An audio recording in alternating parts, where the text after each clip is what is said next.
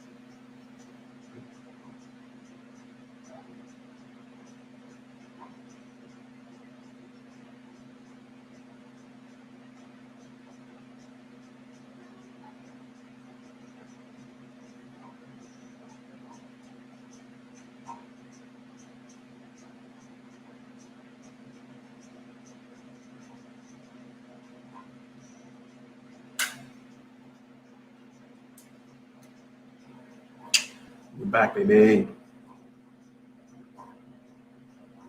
Pin that. Let's go. Balance you out. Boom. We in it.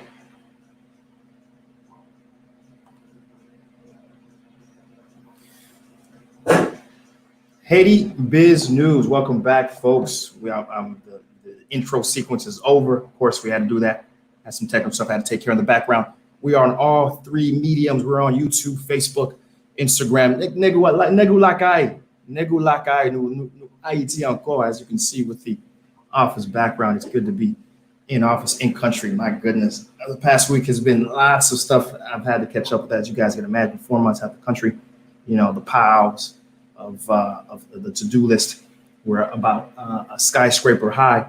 And so I want to thank you folks who are asking about me, who sent messages. SeeJeanty, what's going on? Where is the Haiti Biz News we come to expect at 11 a.m.? Of course, had to pause it last week. But don't you worry. We're going to be reviewing this week in addition to last week. The news is going to be reviewed in its full richness and complexity. Going back. So don't you worry, nothing will be skipped over. We got a super active episode. And of course, the folks who are piling in, I want to say a shout out. So what's up? I see Sean Saturn. Good to see you. Good morning. What is up? I got Peterson Lucien. Good morning. Good to have you. We got This Is Haiti. What is up? What is up? What is up? Good to have you in the chat. As always, Bounce Bougie 11. The regular. Good to have you back. Good to have you. Bus Rider, what is up? What is up? We got Wilnick Thenor. First time I'm seeing that name. Certainly. How are you doing? Good to have you. Of course, 11 a.m. Sundays. We're always here, right? We got Richard S. Richard, how you doing, man? Thank you, my own. One phone. Got Gardens Pierre. What's good? What's good? Right? And of course, the folks who are piling into the IG Live. Certainly. What is up? What is up? Bonjour, bonjour, bonjour. Right? Per usual, we gotta talk about some things, right? I was a part of the Haitian Millennial Money Conference last week. Even though I wasn't on air, I did make some time to participate in that. That was a really value-added event to the organizers who had me on. I certainly want to thank you very much for that opportunity. It was really cool to talk to a bunch of folks who really was interested concerning entrepreneurship. And the discussion we had in my panel associates were phenomenal as well. And so I was very happy to have the group of cohorts to participate with. And again, hats off. I certainly look forward to the next iteration of the Haitian Millennial Money Conference. Hopefully it will be during a COVID era, a post-COVID era. Maybe we can do that in person and it can be even more value added from that perspective. As always, YouTube SeeJeanty on location, right? The YouTube channel has so much content. Obviously, even before COVID, we had so much things we were doing in Haiti. I'm not sure if you guys are even aware, have seen that content. So make sure if you haven't, checked it out yet, do go YouTube SeeJeanty, subscribe. For example, the podcast, we wrapped up the last season. We dropped the last season episode last week or perhaps the week prior. And we had over 17 full episodes where we talked with, Haitian diaspora, Haitians, nationals in the entrepreneurial space, doing incredible work. I mean, some of our guests, we had the director of La Belle Vie, for example. We had Dukins Fednar, which is incredible. I mean, he has 450 Haitians who are he's helping be employed. We had so many incredible guests, from our very first guest, JB Jr., who was someone who I thought was incredible influential for me in terms of knowing that there are remote opportunities that allow you to work in Haiti or anywhere in the world in Haiti, and have a good quality of living, but yet still impact to folks who include, of course, our many conversations with Mark Antoine. Our one-on-one episodes were always particularly special and impactful. But anyways, I can go on and on and list every single episode. I need you guys to, if you have not seen any of the podcasts, they're on all the platforms, right? But especially Spotify, Apple Podcasts, Google. I mean, any way you listen to podcasts, it's on there. And it's going to be a season 2. That was season 1. We're going to be doing season 2. It's a matter of me and Mark figuring out our schedules, and also we want to do it in person, right? As well. Even with COVID, we'll do our best to cover our mouths and all that. But that's certainly on the to-do list for sure. So certainly look out for that. We're looking forward to it. And of course, and let me put that up here for those who are watching on YouTube and on Facebook. What you start seeing now is a little scrolly scroll that has the Square Cash. If you guys are so inclined, very recently you guys have started really wanting to be a part of what we got going on here at SeeJeanty and all the different content we're trying to produce, especially now that we're back in country. And I got to tell you, yesterday, I mean, me and my team left at 8 a.m. Okay. We didn't get home until about 5 to 6 p.m. Whole entire day of shooting. We were hopscotching across Port-au-Prince, Pétionville, and then we went all the way to Mirabale. I can give you a little preview for those who are, who come on a Sunday. I'll tell you what's going on. We're doing an episode on COVID. I mean, I can't be blocked from producing in Haiti content for 4 months plus, right? Because of a pandemic, and come back and not make that my very first episode. And so literally, we had this incredible blessed, leverage, reach out to my network, and they came through. The network came through. We had access to some of the top hospitals in the country, and we're going to show it to you in the next SeeJeanty episode, right? The next SeeJeanty episode, we're literally going to be going inside COVID treatment facilities in Haiti, showing you, how folks are, how Haiti is reacting. I got to tell you, we'll talk about COVID stats in a moment, but, Haiti's doing pretty well, a lot better than I thought Haiti would have been doing. I'll be honest with you. Okay. And so that's the sort of content we're looking to produce. I call this the new season of SeeJeanty, right? This 4-month break. Now we're back into it. This new season of SeeJeanty. I'm looking forward to creating content at this level for as long as we can. And of course, your contributions help for sure. So shout out to anyone who provides. Again, and even if you don't listen, you know what you can do that's almost as impactful as impactful. Share the stream, share it, right? Because the most important thing, the whole point of me taking time on my Sundays and talking with you guys, minus the fact I get a chance to speak with a lot of my audience who watch my content, but it's really about return on information, ROI, right? Getting the Haitian diaspora, getting the Haitian nationals to know more about what's going on in the country, because the more you know, and it's done in a way that's, we don't try to, we're not for any political party. We're just here to report the facts, right? And give context specifically from a Haitian diaspora, Haitian American perspective, right? And that's the goal, right? That's it, right? So if you can share the stream and we get more people on the live to watch, either during the live or after the live, listen, that's compensation enough for me. That's fuel enough for me, because we're accomplishing the mission of why we're here this Sunday, right? And of course, comments. As you come in, if you're watching this on Instagram, Jean-Claude Jancy, Pops, thank you. You're the man too, right? Certainly appreciate it, right? And of course, as you are watching it here on the stream, certainly our comments are right on air, and it's a conversation we're trying to have here. So it's not just one-sided perspective. Please add your perspective, chime in. You don't have to agree with me. In fact, the better episodes is when I have somebody who's totally opposite of what I believe, and we can have a full lengthy conversation and really have folks be better because of it. So again, Haiti Business News. Some of the headlines we're going to talk. Actually, hold on before I go. Let me look at the chat. We got Watt Mini hitting us with a $5 donation. What is up? Oh my goodness, Watt Mini, thank you so much. We appreciate it. Of course, this money is going to go directly to the war chest. Thank you so much. Very, very, very much appreciated for sure. And again, thank you. Watt Mini is someone who's always providing incredible amount of comments and productive capacity to the channel. So I mean, you're one of the channel MVPs for sure. Thank you. Neg Maon, parce que neg ou baga ba tête ou neg Maon comme ça, and then ou ba sous action.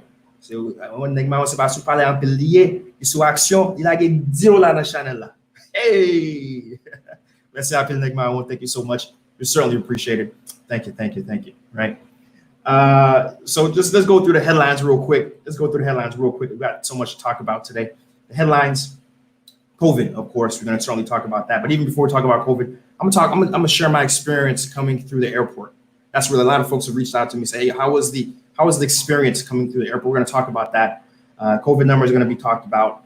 There's been a pretty big influx of Haitians returning even before the airport's opening from the Dominican Republic. In particular, we'll talk about some of those stats. International aid. Oh my goodness. We have Europe, India, Taiwan, Cuba, IDB, all these global partnerships of education, all these international bodies giving millions upon millions of dollars to Haiti. We're going to talk about that.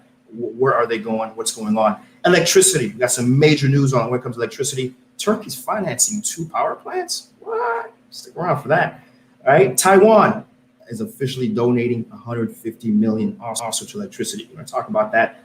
Airport. Right? Airport. We have a new international. Haiti has a new international airport. Where is it? Stay tuned. We're going to talk about it. Right? Eastern Airlines. What about it? We're going to talk about it. Right? For my folks in New York are certainly going to appreciate this news I'm going to talk about. Cameroon. It's opening. Stick around. I'll tell you the dates and some details on that. Environmental economics. We got some stuff going on from that perspective. Right? The IHSI, when I run through statistics as it relates to macroeconomic events in Haiti, these guys are giving it. They're updating how they do inflation and how their statistics. We're going to talk about that, right? Haitian Penal Code, Ms. Me. This won't be a fun conversation. For those who stick around and catch that, we're gonna have you and me audience. We're gonna have a one-on-one conversation. We're not gonna like this conversation we're about to have about Haitian Penal Code. Make sure you stick around with it. We're gonna talk about it. Parce que frustré, fatigué. We're gonna have a real conversation about it because a lot of you guys have disappointed me. But anyways, we'll get into it. And then Venezuela's in the news. How does it relate to Haiti? We'll talk about it. New Dominican president. A lot of folks reached out to me and asked me, Chris, what do you think about the new Dominican president? Right? You share the island, right? Dominicans, we're tied to the, it's like 2 prisoners. We're tied to the chain. So, it's not a Dominican show, but certain things happen. We got to talk about it. Dominican president is a big one. We're going to talk about that in this episode, right? And that's where we're going to end it, right? On that bit of news. So as you guys can see, we have a lot to talk about today. I've certainly missed the opportunity to chop it up. You guys are saying, Haïtien, c'est ça nous aimons chita et fait discussion sur toute bagaille. Toute bagaille relative to Haïti, right? But of course, we do a little more than just talk here. We're about that action. We're about that action, boss. In addition to staying informed, being informed. Let me get back to the chat and see what folks are saying. We got Stefan Lerzon, a true OG. Stefan Lerzon is a true OG of Haiti, of action. He was doing action before it was even cool. Right, back in the 90s, doing stuff, entrepreneur stuff, in it, at it, basically I consider myself a 2.0. Stefan is a 1.0, doing it long before. So Stefan, thank you. Very humble to have you in the chat today. We certainly appreciate it. And keep on. Poussez là, Québec là. Black 2060Z. Ça a fait. I wouldn't know là. I wouldn't. Poser sur bloc glace, comme musique. Jidarison 10. Right? Morning. Wake up, people. He says, wake up, people. First time I'm seeing the chat. Happy to have you in the chat. We're here Sundays, 11 a.m. Right? He says, when I look at the videos and see all the nice cars and houses in Haiti, all these people are still in the aid corruption. I don't know if all these people, right? Certainly the political class, a lot of them are, but I'm not saying every nice car you see is a corruption car. There's actually, believe it or not, there are hardworking people in Haiti who make their money cleanly, believe it or not. But anyways, I do see the hint of where you're going with that. GJRS 10 says, when you're going back, you're probably talking about Haiti Biz News website. And I think I mentioned that, the host company that I use, I think it was Indian, they got hacked and literally deleted not only their main database of websites, but then also deleted their secondary backup episodes as well. And so, I was like, you know what? Instead of using my, a piece of my company to rebuild that, which I could have, I thought, you know what? I'll just give you the straight to the sources itself, right? And it's just, leave it at that for now, right? At some point in the near future, we are gonna do SeeJeanty.com. On SeeJeanty.com, we're most likely I'm looking to have a section on Haiti Business News specifically, and once I get to that section, I'll probably have it to where a lot of the article links that I've talked about will just very cleanly be on that section, right? So in other words, Darius 10 new website will be coming up at some point before the end of the year, and some of the Haiti Business News stuff we used to do will be there rather than creating Haiti Business News website standalone. So that's how we're looking to move forward from that direction. But thanks for asking. We appreciate it. Thank you. Highly favored. No, we love you for watching, right? Thanks for watching, coming in and commenting. And of course, the folks who are here in IG, you're not neglected, right? You're not neglected. Also what's up to Sky. Sky does hair. A lot of different folks who are coming in here waving at me. We got Oh My ABCs, what's up? And a bunch of other names coming in here. So what's up? And don't be shy now. Drop a link. Your comments also will be read on air. All right. Cool. Sounds good. All right, IG peoples. Very good. All right. So let's get to it. First and foremost, the airport. How was my airport experience? That's the number one question I got. Right. I can tell you, first and foremost, I flew on Spirit. I never thought in a million years. I think I flew Spirit once. I think I was so traumatized. My mind removed any memory I had except the vague notion that I flew on Spirit once, right? And I never wanted to go back. But first off, the ticket prices right now to fly to Haiti are insane, right? I thought it was just a 1 week fluke. I thought when it was about 2 weeks out in June, coming into July, let's say the June 20th or so, June 21st, when I booked my ticket. I thought it was a fluke. I thought, oh, well, because given between timing and the airports, probably the airplanes, the air carriers weren't ready, all these different things. That's probably why the prices were where they were, right? And I'm sure, and plus a lot of Haitians who are abroad were trying to come. So that's why the prices were so high. I'm sure it would taper off. And even I saw that. That's why I was able to book the next week, because the next week it was reasonable. But at the time as well, JetBlue hadn't announced they were flying yet. American Airlines hadn't announced they were flying. Only Spirit, who had been announced they're flying, had flights available. And so, and their flights were extremely reasonable. I mean, I was able to get very nice seats. Spirit, if you know anything about Spirit has those really nice seats up front. They say like they're the best in the industry, believe it or not. Like, they're better than a lot of first class seats. I mean, and I can tell you, they were like legit. Like, I mean, you have armrests, you have enough space for two butts if you want it. I mean, it is. I mean, I give Spirit credit for one thing and one thing only. Their top tier seats are the best in the business. So that also included the price I'm gonna tell you. That included because they charge for the carry on, and then and then check bags. Of course, they charge you for that, right? And so including all their fees, right? It cost me about $135 or so to fly from Fort Lauderdale to Haiti, right? Pretty reasonable one way. That's what you should expect to pay if you're leaving from Fort Lauderdale to Haiti, an hour and a half flight, right? But other places, JetBlue, for example, or Eastern Airways flew out of Miami was charging $400, right? JetBlue was charging for the first flight that they had, because they already announced that flight through the U.S. Embassy. It was like a special U.S. Embassy flight. That particular price also was $400, pushing $500, right? Which is crazy, right? Oh, this is Haiti, 1080p. Huh? I don't know. I have a new webcam. Thanks to the donations I'm getting, right? Again, every dollar that I get goes to improving the content quality. So that's you guys who improved the stream. So thank you. So if it's really 1080p, that's great. But it could just be the The webcam just is much higher quality. So this is Haiti just responding to you really quick. And so, but then again, I thought it was a fluke. But now I looked again yesterday, looking at ticket prices, same thing. In fact, first off, they're not available. I guess they're fully booked up until like mid-August for all carriers.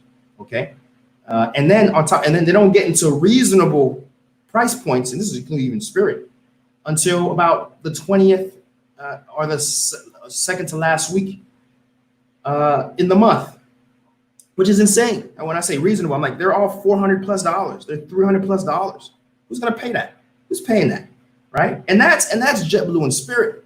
When you take a look at American Airlines, way, way, right? You're looking at $1,000. Again, I'm talking about from Miami to Haiti. I'm not even talking about New York. I ain't talking about Atlanta. I ain't talking about Boston, right? I'm talking about Miami to Haiti. American Airlines is charging $1,000 for one way, right? So I don't know what's going on. I haven't seen any necessarily news to why American Airlines is pricing it at that point. And of course, I can only imagine the demand to fly into Haiti has been high because of the amount of people who are sitting out and trying to get in. For the other carriers, they're charging very expensive rates. But that's my experience. I think between you and me, I'm a little happy it's expensive because Haiti is we'll talk about the COVID numbers in a second, but we don't want folks coming to Haiti unless you have a reason to be here until COVID's over, right? We don't want folks coming in, from countries like the U.S. that's experiencing insanely high numbers, places like Florida that's experiencing insanely high numbers, and in fact, Haitians here, right? In a country that we, as you know, our facilities aren't where they are in the first world, right? But nonetheless, it's still very expensive, and folks who have to be here, are paying a very high price to get here, right? But anyways, let me continue on. So once I got on a plane, got here in Haiti, so we debarked, right? Unbarked, whatever, right? And then they made us stay in line social distantly. Social distantly was the goal, anyways. But Haitians don't listen to that. We were packed up on each other, right? And then they took our temperatures, right? The officials from the Minister of Santé Publique took our temperature with a temperature gun, and then I'm drawing a blank. Oh yeah, and then asked us for a COVID negative test. Actually, they asked us this. They asked us, hey, do you have your COVID negative test? I had my COVID negative test. I took it before coming, so I just handed it to him. Now, the guy next to me, right? The guy next to me, okay. I just, as I was walking away, he said, no, I don't have it. But the woman said, no, you can go. We took your temperature, so it's not required yet, so you can go, right? And so at the time when I was, again, this is about, I think I flew, 11th of July is when I flew in. That's what it was. Now, there's a bit of news. I might as well just talk about it right now. That the Prime Minister has required through customs. It's now officially announced that if you're flying in after June 15th, you need a COVID negative test, right? You need that to be able to be admitted in the country. Now, comme you dit, Haïti c'est un pays qui a pile loi, but zero enforcement, as they say. A lot of laws, but not much enforcement. So, could you still come through and not have your COVID test, right? And you just, hey, I'm here, possibly, right? Because unless Haitian government tells the airlines, hey, do not accept anyone on your planes who do not have a COVID negative test, right? There's no real enforcement mechanism per se here, right? And that I haven't seen that news yet. I haven't seen that official, byline. And even when I go to book flights, in fact, I know a friend just recently who booked a flight to get to Haiti. He wasn't presented with any disclosure or any notice that said, hey, you have to have a COVID negative test, right? And what they're saying, what they announced on June 15 announcement was that you have to have you have to do it within 72 hours. Before 72 hours of your flight, you have to get it. So again, if you're flying on Sunday, you should go and get your test on, was it Thursday, 3 days before, and hopefully you get it back. As we know, a lot of these COVID testing places, they aren't really, they don't have really quick turnaround. I know people who took as long as 2, 3. In fact, I know someone who took a month, who had someone who had a month and didn't get his test back. And what's crazy was this person was positive. It took him a month to get it. So over that month, while the person was waiting for their test results, of course, that person was being very precautious and doing everything they needed. So I want to say no spread happened because of that person, but it could have. And you take someone who perhaps wasn't cautious, and while they're waiting, right? So that's just one example. And so actually how this is going to work, I don't really know, but as it stands right now, it's officially the rule of the land.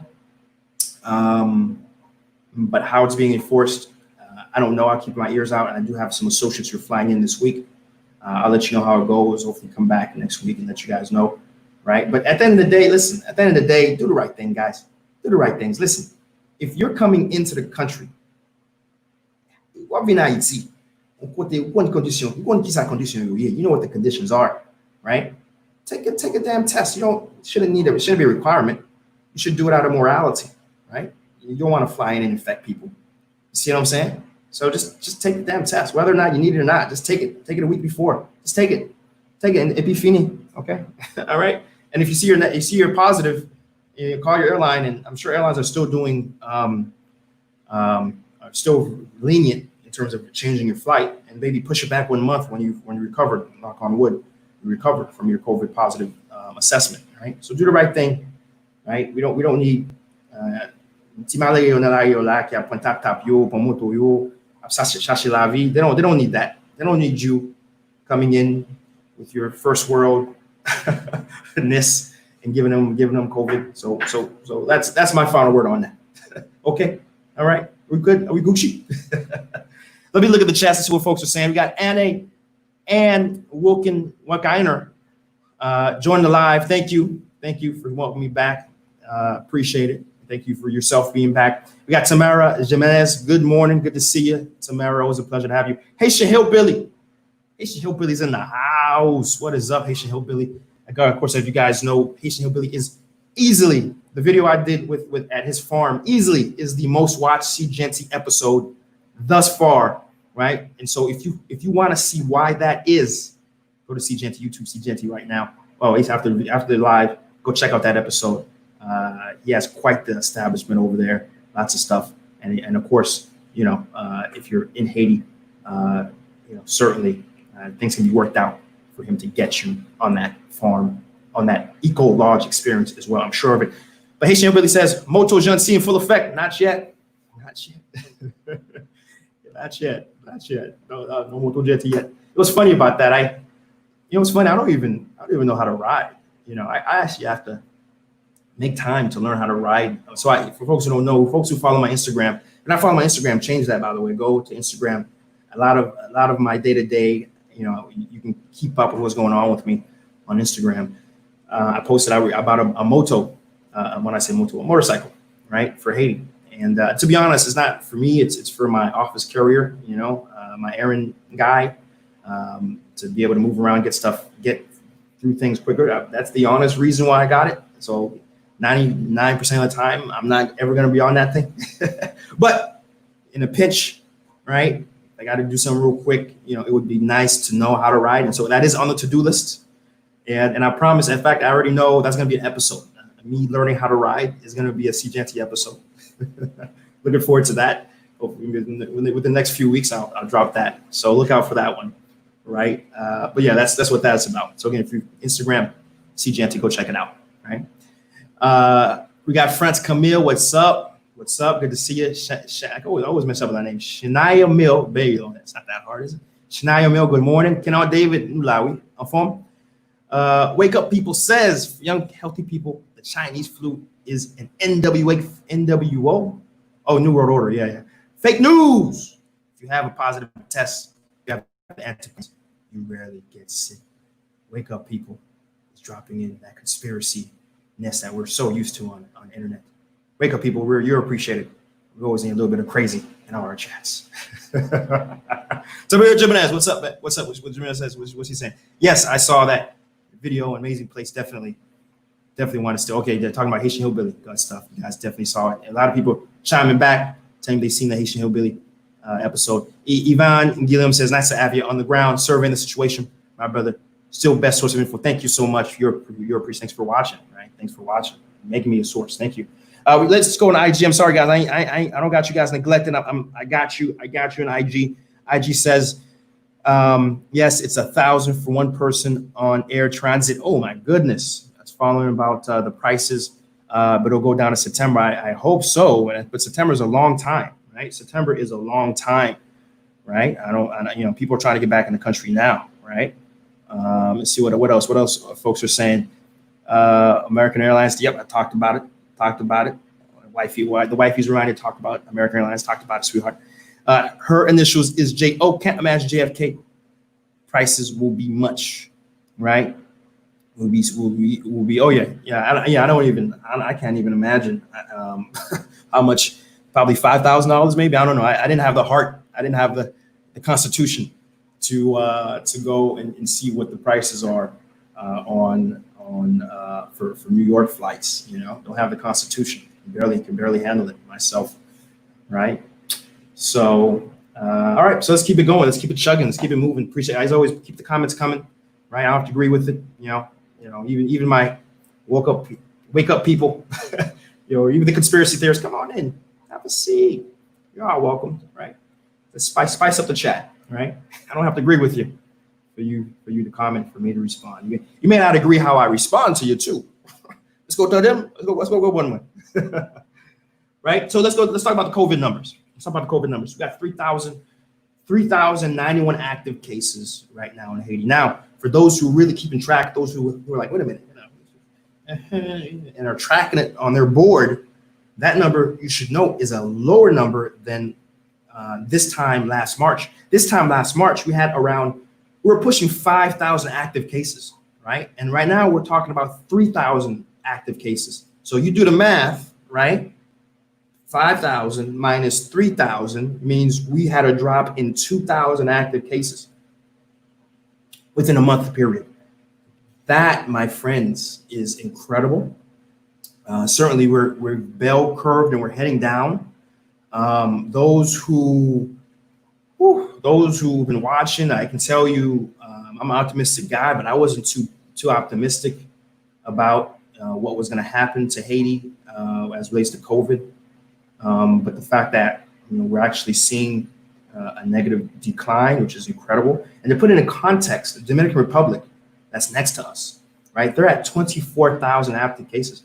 So put that in perspective. A month ago, we're at 5,000. Now we're at 3,000. A month ago, Dominican Republic was at 9,000 active cases. Now they're at 24,000. Let's do the math real quick. They've increased their active case count by 2.5 times. So you see how appreciative I am, right? How appreciative I am of where Haiti is right now and how we're actually on the decline, right? And of course, when you ask why that is, right? Obviously, Haitians are doing. I say you we're going to papo que nous contende e fait discipline ça mon yo dit nous, okay? Especially sur île là comme ça, right? But I can tell you as I go around the country, right? As I go around the country, right, and I see, the big thing about this episode that's coming up has to do with it's going to show you how things are in the streets.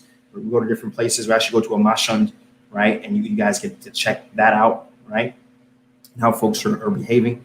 I want to say 70 to 80% of the folks I'm seeing on the streets, they have a mask on. Right? There's a amount that don't, but most folks have a mask on. Or in the top, you can see most folks in the top have a mask on. And on top, that when you go to stores, inside establishments, they have a mask on. And most stores and establishments, they require you to wash your hands even before coming in.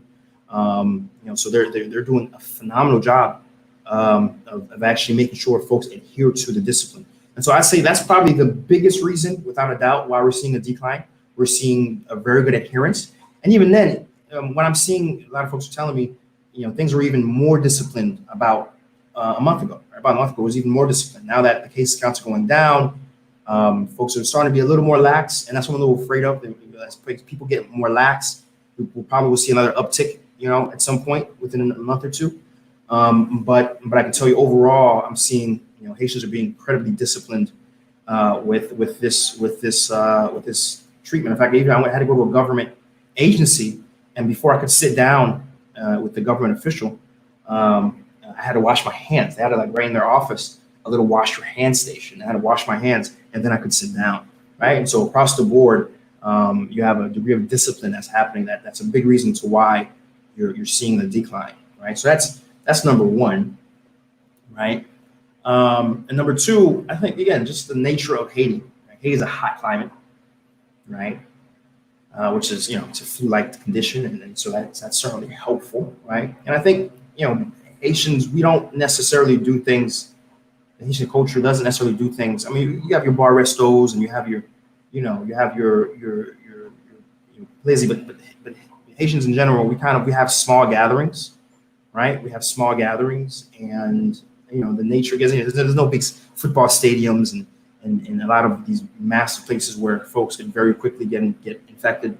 And so the nature of our underdevelopment is probably another way to think about it, has sort of allowed or not allowed some mass transmission in some effect. Of course, still taps and the way you have to get around is still the most likely place where spread may happen. But again, as I'm telling you, we're seeing folks with masks almost universally when folks are in taps for the most part, right? So that's again, we have the official stats, 3,091 active cases, 146 deaths, altogether. DR 24,000 active cases, 942 deaths, right? And they've announced July 12th, the resumption of religious service, so churches could resume activity, and August 10th is going to be resumption of schools. Schools reopen August 10th in Haiti, right? And so, they're just like many other countries. They're trying to get back to business of functioning as a society, like commerce, etc. This school year for students between Penal and then COVID, this year potentially is a lost year for many students. To be quite honest with you, it's not going remote. It really isn't easy or possible for many, and the infrastructure came very late, about 2 months for many, as it relates to free internet cards, as it relates to radio programs, television. A lot of the infrastructure which is in existence right now, it took almost 2 months for it to get to where it's here. So that's over 2 months lost, in addition to the time lost because of pay law that happened, right? So, I can't imagine being a parent in Haiti, spending, because 90% of all schools are private here in Haiti. Private in the sense that you have to pay, right? And so the fact that you about COVID, about under misère, difficulté, right? You're working to try to make a few bucks, and you give those few bucks to your kids to go to school, but then you lose the school year because of political instability and now this pandemic. Can't imagine how many parents in Haiti are feeling.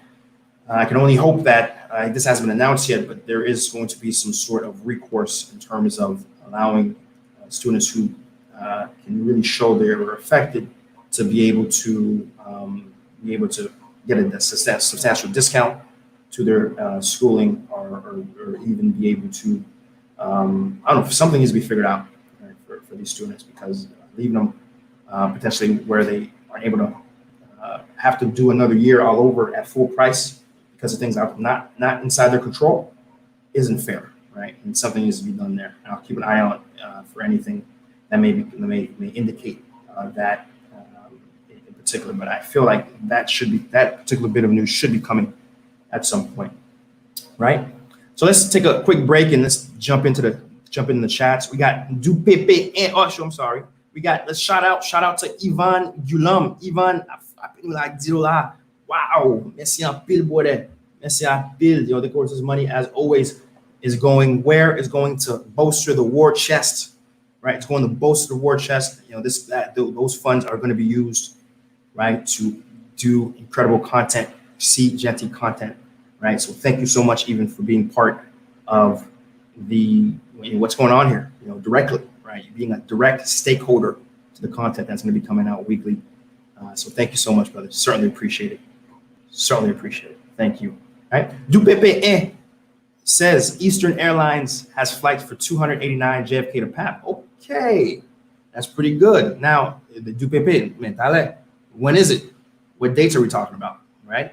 Because those somewhat reasonable prices I'm seeing all the way in late August. I'm starting to see reasonable prices again. So DuPP, you let me know when are you seeing those dates? Okay, Mrs. Grace, hello, what's up? Wake up, people. Is in here. Has anyone checked out Philly Dom YouTube channel? Why you promoting other people's channels and my channel? What's going on, man? It's messed up. Come on, wake up, man. But in any case, I'm gonna allow it because Philly Dom's an awesome guy. I know Philly personally. In fact, me and Philly are supposed to connect. We're supposed to do a video before he leaves out here. In fact, so watch out. Stay tuned, Philly Dom. We like this. So I'm gonna let it slide. Wake up. Right? Don't let it happen again with someone else I don't like. Okay, but Philly Dom is the man. He's doing some great stuff. In fact, y'all should indeed be following Philly Dom. He's every day. He's a daily vlogger. He's in Haiti. He turns on his phone and he's giving it to you raw, uncut, unedited, and just talking to you. He does. I don't even think Philly speaks English, speaks Creole, to be honest with you. So it's all in English, and he's showing some real cool stuff across Haiti. So of course, Philly Dom is my brother in arms in terms of trying to educate folks and seeing and showing Haiti how it really is. So number of respect for Philly. I'm sure Philly usually is in the chat. I'm sure. Where Philly? Where you at? You in here? Say what's up, man. But in any case, you may be here later. Lots of respect, lots of love for Philly Dom, no doubt. Right? Let's see. Okay, we got Marie Charles Awood. Bonsoir, en forme. Merci. Participation aujourd'hui. Okay, so thank you so much, Marie Charles, for participating. Of course, for you guys in here. And for you guys in here in IG, don't be shy. Say something. Everything's right on air, okay? All right. So let's keep it going. Let's keep it moving here today. So next bit of news: return of Haitians in the DR from the DR officially since the start of COVID, where we hit an important threshold. 100,000 Haitians have estimated to return from the Dominican Republic. Let me say it again. 100,000 Haitians have estimated to return from the Dominican Republic. The vast majority, 80 to 90%, it's because of lack of employment, right? A lot of the Dominican Republic has been just reeling under COVID, as you imagine. Many of what they do and what they produce is specifically related to tourism and a lot of industry. And agriculture, a lot of, everything has been affected by COVID, but especially the tourism industry. And so a lot of Haitians have come back. Because of that, right? But 100,000 is a mind-boggling large number, right? And of course, there's an amount that some Haitians actually do go back and are doing some daily commutes. So, but let's just take these numbers at face value, being reported by United Nations in particular. 100,000 is the number, which is incredible. Right. And of course, we have lots of international aid. Before I jump into that new piece, Ronald Etienne, brother from Queens, New York in the house. That's the last time I've been in New York. Love New York. Ever been to Queens? Not sure. All right. But in any case, Ronald Etienne, good to have you. Haiti is going good because less mass vaccination, no flu shot. We are organic people eating organic food. Wake up people coming in with the crazy anti-vaccine comments, right? Marie Charles Haywood says that would be great if the schools would credit parent for the tuition. I have a son and I'm adopting. Okay, great, Marie, good stuff. And I already paid his tuition up prior to COVID. That would be great. That would be the right thing to do. Though I understand these are private schools, right? In the sense that they don't get any money from the government or anything, right? And so they have expenses and they have teachers they need to pay. So I get why they certainly couldn't refund or, but certainly do something. Give bounty give a little bit of a discount for next year. Certainly, something needs to happen. But MIE can speak to that directly. In terms of she paid herself. Of course, MIE being, I'm thinking stateside, perhaps probably is in a better position than again. I'm looking at the Haitians who, the Mama Sera who's selling, some mangoes on the street. She probably has 2 or 3 kids, and that money she's making some of those mangoes, she's probably doesn't eat every other day just so she can send her kids to school, and now she's getting no value for that, right? And that's incredibly heartbreaking. And that's my thoughts are, from there. We got Jean Pierre saying, is there any monthly chauffeur with a good? Is there any monthly chauffeur? What? I'm not getting your question. Are you asking for a driver? I don't quite understand that question, Jean Pierre. Rephrase that. I don't know. Rephrase that for me. So let's move on. International aid. Europe donates. Lots of news from that perspective. Europe donates 72 tons of PPE. 72 tons of PPE, protective equipment, right? And we're talking, the face mask, the gloves, the shoes, the mat. I mean, you name it, 72 tons. Ventilators. I mean, you name the whole 9, which is incredible. I mean, the value of these donations equal $15 million. This isn't just, oh, we're gonna do it. No, they've done it. It arrived last week. Last week, at arrival of 72 tons of PPE. I mean, there are photos on the tarmac in Port-au-Prince Airport. 72 tons of PPE. $15 million. $15 million value, right? And donations weren't just from the European Union. They also had, Doctors Without Borders giving some, CDC from America giving some, Foreign Affairs of France giving some, right? A big hotspots of different countries giving to Haiti. Now, one can reasonably ask yourself, that's a lot of PPE for a country that has only 3,000 active cases, right? Given the fact, remember, the Haitian government has brought in a lot themselves. We've had other rounds of PPE come in the country that we reported here on Haiti Biz News, right? And so one can reasonably ask, do they know something we don't, right? Do they know something we don't? Like, why are you, it's kind of like, somebody's just giving you medicine. Like, I'm not sick. Is there something I need to know? Is there something I don't know about my condition? Right? It's sort of what I'm sort of thinking about. But in any case, don't punch a gift horse in its mouth, or as that saying go, what I'm talking about, right? We appreciate the gifts, especially. I mean, the one instance, me, if you follow Haiti, Haiti Biz News, SeeJeanty long enough, I'm not a big fan for charity. I'm not a big fan of international aid, right? Don't give us the fish, teach us how to fish, right? Empower our economy. Don't undercut it by giving out, but when it comes to medical supplies in a crisis, I'm not necessarily going to,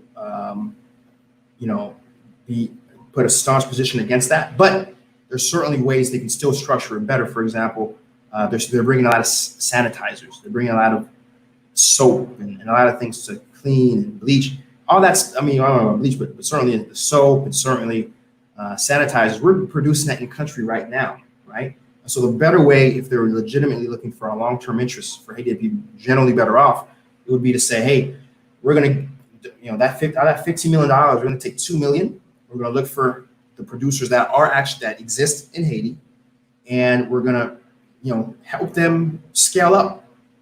We're going to help them or ensure we're going to buy some products in advance so they can hire more Haitians, right? Of course, social distancing, they follow the right practice when they're in the factory, but to actually grow this enterprise, right, and actually give Haitian private enterprise a chance to grow long term. So even that, I question fundamentally, is this the right way to go about it? Right? But certain other things we're not producing in the country. For example, medical grade N95 masks. Obviously, we're not producing that in the country, right? But other masks are being produced in the country. Though that money could go to be purchased right? So again, a lot of things that I just think still makes me question, why so much when we're supposed to be declining, and then secondly, I always question, is charity being done the right way? Are you empowering or are you undercutting the Haitian economy? And 9 times out of 10, folks are undercutting, right? And their zeal to try to do good, they're doing much worse, right? You're curing a cold, but you're killing the victim with the flu, right? Very, very good analogy here, right? So let's take a look here. Karyabe says, how does that help Haitian people? What about the factory that are making those PPE? Like, exactly, right? So, and Karyabe, I think we typed that before I started talking about it, right? So you already know, we're on the same page, man. We're on the same page, right? We're on the same page. You get it, right? Dupepe and says, at least the info's on their website. Check it out since I can't post the screenshot. Oh, hey, I'm sorry. I missed the first comment from Dupepe. I say it's actually Dupepe1. Oh, what was I saying? Dupepe? Oh, that's why I was reading it as an I. Okay. Dupepe1. Gotcha. So the flight is July 15th. Just checking again, and it's for $192 each way, July 15th. But the flight is from July 15th. So I don't get it. Did you buy a plane ticket for July 15th? I don't quite understand, because July 15th happened. So I'm confused. So Jean Pierre follows up, says, are there any driver companies in Haiti with a fair price in case you don't have a car when you get down there? Yeah. So I did an episode on one such company, right? So here's what you're gonna do, Jean Pierre. You want to go to YouTube. Okay, when you go to YouTube, you're gonna type this. You're gonna type in SeeJeanty Taxi Plus. Okay, SeeJeanty Taxi Plus, right? And you'll see me talking with the owners. You'll see me riding one of their motos. And since then, they actually have cars now. You know, they have taxis, actual taxis. They're called Taxi Plus. At the time, they didn't have any taxis, but they actually have taxis, and they're insured. These are insured drivers, fully vetted. They have a central dispatch. I highly recommend taxi. I've used Taxi Plus in the past for my employees here in Haiti. I can't speak high enough about them. And so yeah, so there you go. That should help you, Jean Pierre. Hope that helps. Let me know how it goes. Right, but do check out the video too. Share it, and share it on your network. Okay. Dupepe1 says, keep up the good work. Inspire a lot of us. We dream to go and invest in Haiti. Thank you, sir. Thank you, sir. Thanks for watching. Thanks for being a receiver, a conduit for the content we're producing. And of course, make sure share the content, right? That other folks know it's possible in Haiti, right? James Pierre Lewis says, what's up, brother? Good to have you, James Pierre. I haven't seen you a little bit because I've been out. New York in the house. Good to see you, man. Good to see you. Right. Dupepe1 says they advertised they were starting flying. Okay, so July 15. Okay, but still, I still don't, because Eastern's pretty. I mean, I know Eastern flying during COVID was pretty damn expensive. So I'm still trying to understand what dates you saw that. You know what I mean? But if you're saying all their prices are at that, I mean that's incredible, right? It makes me wonder what's making Florida so damn expensive. You know what I mean? What's making Florida so damn expensive? I wonder. Right, Rick Tubbs. First time I've seen Rick Tubbs. Good to see you. Good to see you in the chat. Hope to see you. 11 a.m. Sundays. We are here. You're always welcome to conversation and comments. What are you saying? So Rick Tubbs says, graduate with a BA in sociology 2016. I have a strong desire to move to Haiti. What career opportunities are there for me? I might respond to you the way I always respond to people. Don't come to Haiti if you don't have number one, a plan. Number two, I think the best way to come to Haiti is slowly, over time. Over a year, you visit for a weekend. So once a month, you fly in, you spend a day or two in a hotel. You try to go to different events that may be happening in the city, in the Petroville, Port-au-Prince, or Cap-Haïtien, wherever you may be actually be. Get to know the country, get to know the people, right? That's number one, But I think that's usually people who are looking to do entrepreneurship, But you're asking me about career opportunities. So my next number two thing is, don't come to Haiti and take a job from a Haitian. What's the matter with you? I hear that a lot. From a lot of people in developed countries. Hey, I would love to come to Haiti to work. But understand something. When you do that, you're taking a job from a Haitian. Remember, the country has 80% unemployment, right? For people with experience, people who are Haitian native. When you come here and you say that, you're literally saying, screw the Haitian people. I'm just gonna come and get a job, right?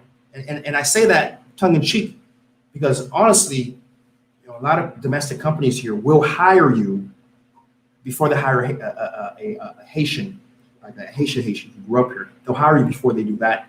That's systematically wrong. I mean, understand why they do it. I mean, you're coming from a place that encourages critical thinking and you're more exposed to technology. So you are more likely to be hired than not, especially if you can speak French and Creole and etc. Right? And so when I say that, I mean that genuinely. Don't come to Haiti for work.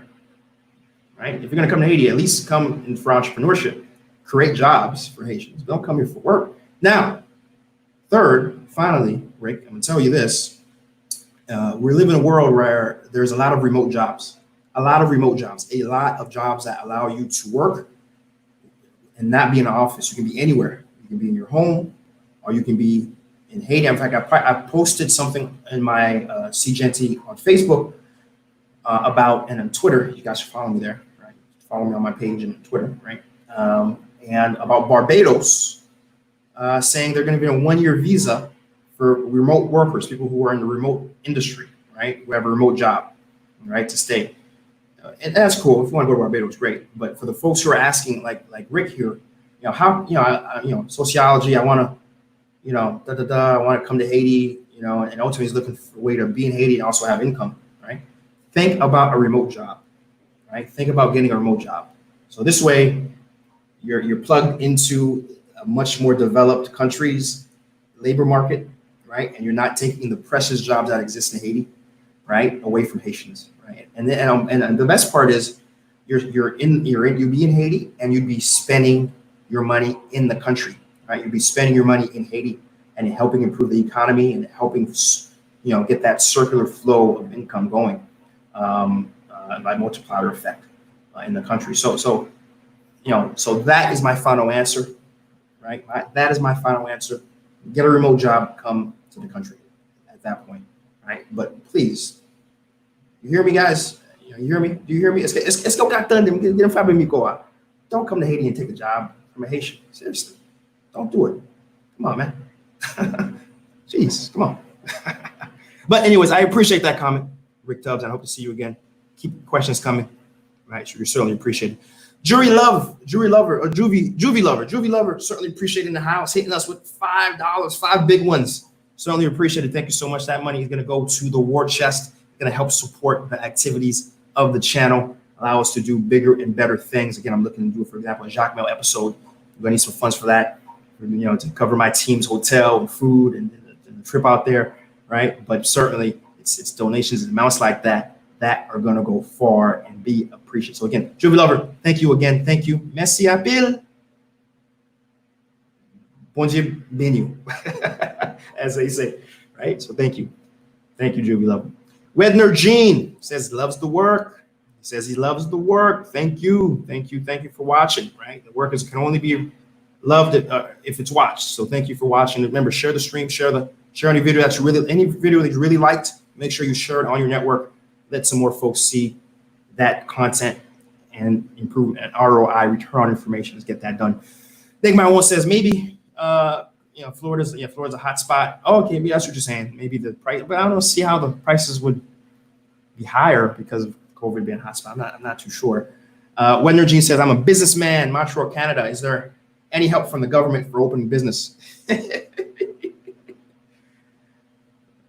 Let's get Wedner Jean. Wedner. Comment on va? Ou va ici? Ça va dem là. Dale. Wedner.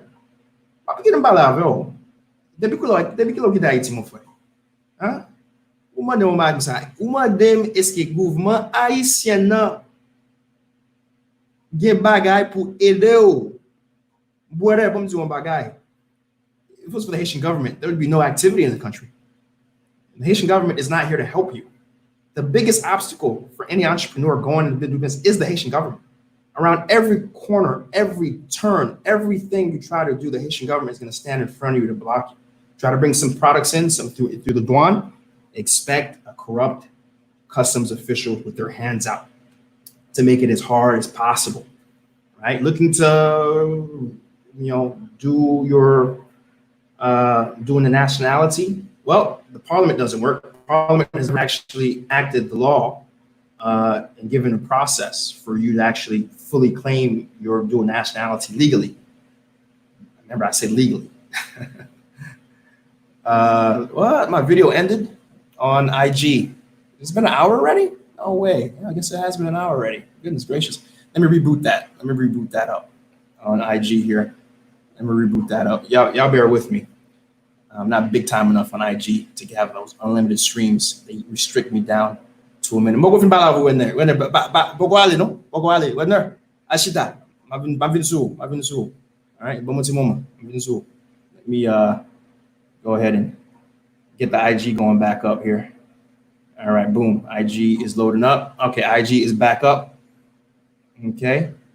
And hopefully folks on IG will be piling back in here in a moment. Okay, go to Wedner, go to your map show. Okay, Wedner more la. Okay, Wedner. Come on now. Come on now, Wedner. Come on. Yeah, where was I? Yeah, there's no way to do a nationality. Go to do your driver's license. The process to get your driver's license in Haiti is 2 days.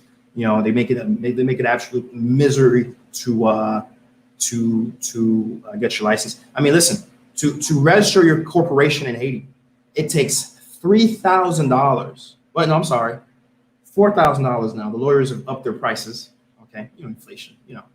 $4,000, and it takes, if you have a good lawyer, right, 3.5 months, give or take. Right, if you have a bad lawyer, 6 months plus. I know a guy who took him a year. Right?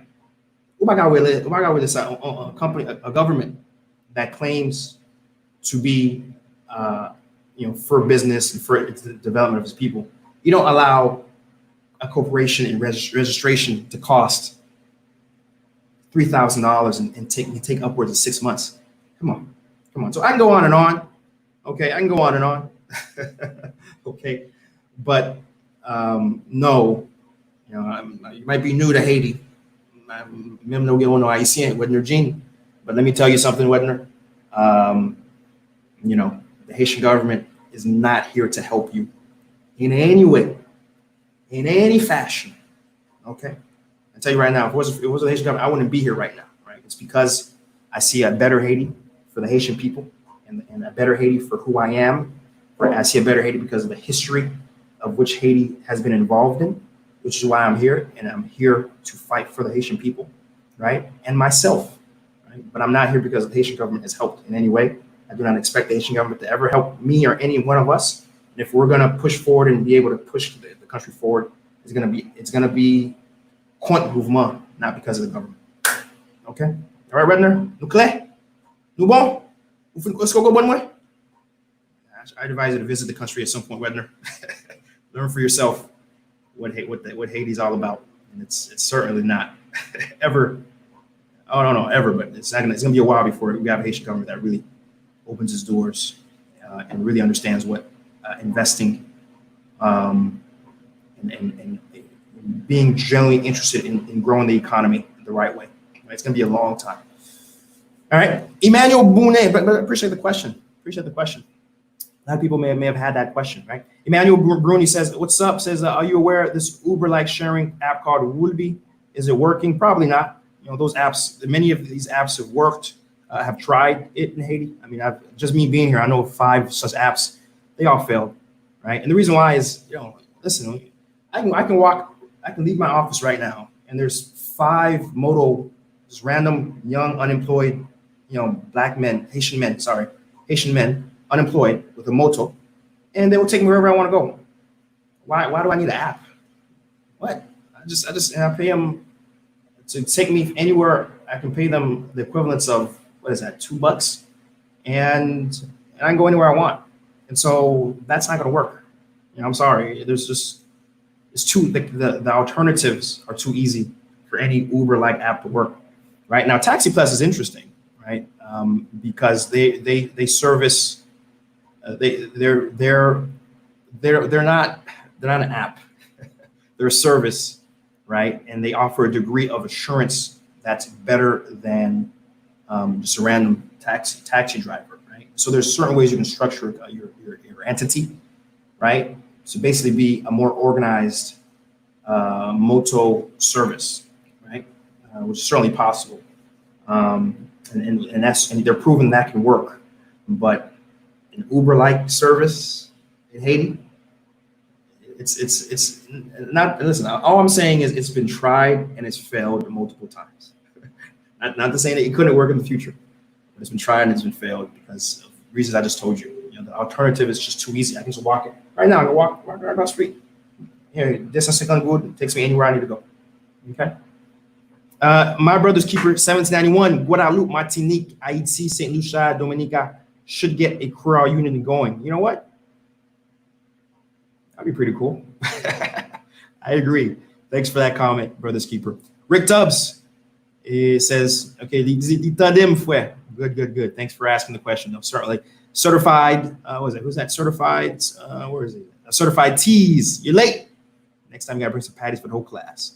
Rick Tubbs, what's the best business to start in Haiti? I'm writing a book, 101 ways to make money in Haiti, and your question will be answered then. Okay? All right, look out for the book. Tamara Jimenez, yes, that would be nice. That would be nice, my brother's keeper. Je suis là, don't mean money. Eddie Jean, hitting us with $5, 5 big ones, 5 $5. Listen, thank you so much. That money is going to go to the war chest, going to go to do bigger and better things in the country. It's going to go to allow and making sure the video staff is able to be equipped. And again, every little bit is added to the war chest. It's going to go to bigger and better and more quality content. Like this episode is coming, for example, guys, the episode is coming this week. Oh my goodness. I'm not only looking forward just because it's really cool and really interesting, but I'm looking forward to it because, again, because of the donations you provided, we've changed the lens. We've upgraded one of our key heavy lifting lenses, right? Those who are in the game who know we had a lens that was at 3.5 aperture, right? Now our current lens, our current heavy duty daily driver lens is at a 1.8 aperture. Oh, those who know what I'm talking about. That's a big improvement, right? And I've seen some of the footage, and I'm like, damn. I'm looking like HBO right here. This is nice, right? And that's because of the nations you've been providing. We're upping our quality, upping our game, all because of the stakeholders who are watching and saying, you know what, we want more content like this. We need more content like this for Haiti, right? So thank you. Thank you for allowing me to be the conduit. And people like Eddie Jean stepping up, $5 does so much. Certainly appreciate it. Thank you so much. Merci apil, merci beaucoup. Right? Vivian Bruxelles says, hello from Boston. Boston, the house. Good to see you. Wender Jean follows up, says, I was in Haiti in January. That's the reason I want to invest, create jobs. But thanks. I know I'm on my own. That is correct. Just know that you can do it. And again, my whole channel, I've talked to people who are succeeding and doing very well, right? And so it can be done. It is being done, right? But you just need to understand the government is not your friend, right? So just start with that baseline, and you'll move forward successfully, right? Certified T's, how's the weather out there? You chaud, il y a soleil et la fait la pluie chaque soir, right? So hope that answers your question, Certified T, right? It's hot, it's hotter, and then it rains in the evenings, right? Rick Tubbs hitting us, $4.99 with a $4.99 donation. Thank you so much. Again, it's being added to the war chest. It's being piled so far. We collect quite a bit for today. Thank you so much. Certainly appreciate it. But of course, those, I don't want to put no pressure on everybody, right? Those, you're A-okay. You can share the stream. Sharing the stream is as good as donating, right? Gets folks out, return information. It's impactful, right? So thank you for that. But of course, those who do give, again, had some cash money, money all around me. Money runs the world. So it helps a lot, especially given what we're doing with it, right? Everything, we're transparent with the funds we get. They all go to content creation. Let me give you two a quick pause. I'm seeing lots of comments here on Instagram. Let's see what folks are saying. Hey, how about a motorcycle license? No, I'm getting license with Mike. Mike, I got my license. What's cool? So my driver license has 2 levels. I can drive cars with it, and I can drive motorcycles, even though I don't quite know how to. But that's certainly part of the sun in my hair. What's this? What is this? Okay, there we go. So thanks, Mike. Let's see. Beyond Joe says, fight the good fight for Haiti. Thank you so much. DOC Collection, one of my more popular videos. DOC, the backpack manufacturer who's taking trash to treasure, right? If you haven't seen that video yet, guys, do type in DeRosier, SeeJeanty, one of my favorite episodes I reproduce. So DeRosier is on Instagram here. One phone là. Good to see you, bro. Good to see you. Queen Norma says, what's the talk of not even Susa, Queen Norma? Just the short answer, Queen Norma, it's coming from people who haven't read it, right? And so Queen Norma, whenever you hear somebody repeating that, ask them for the article number. That's the short of it. Just ask them for the article number. That's it, right? Ask them, hey, so cool. Okay. Oh yeah. There's flying unicorns and leprechauns in the new penal code. Oh yeah. Can you give us the article code?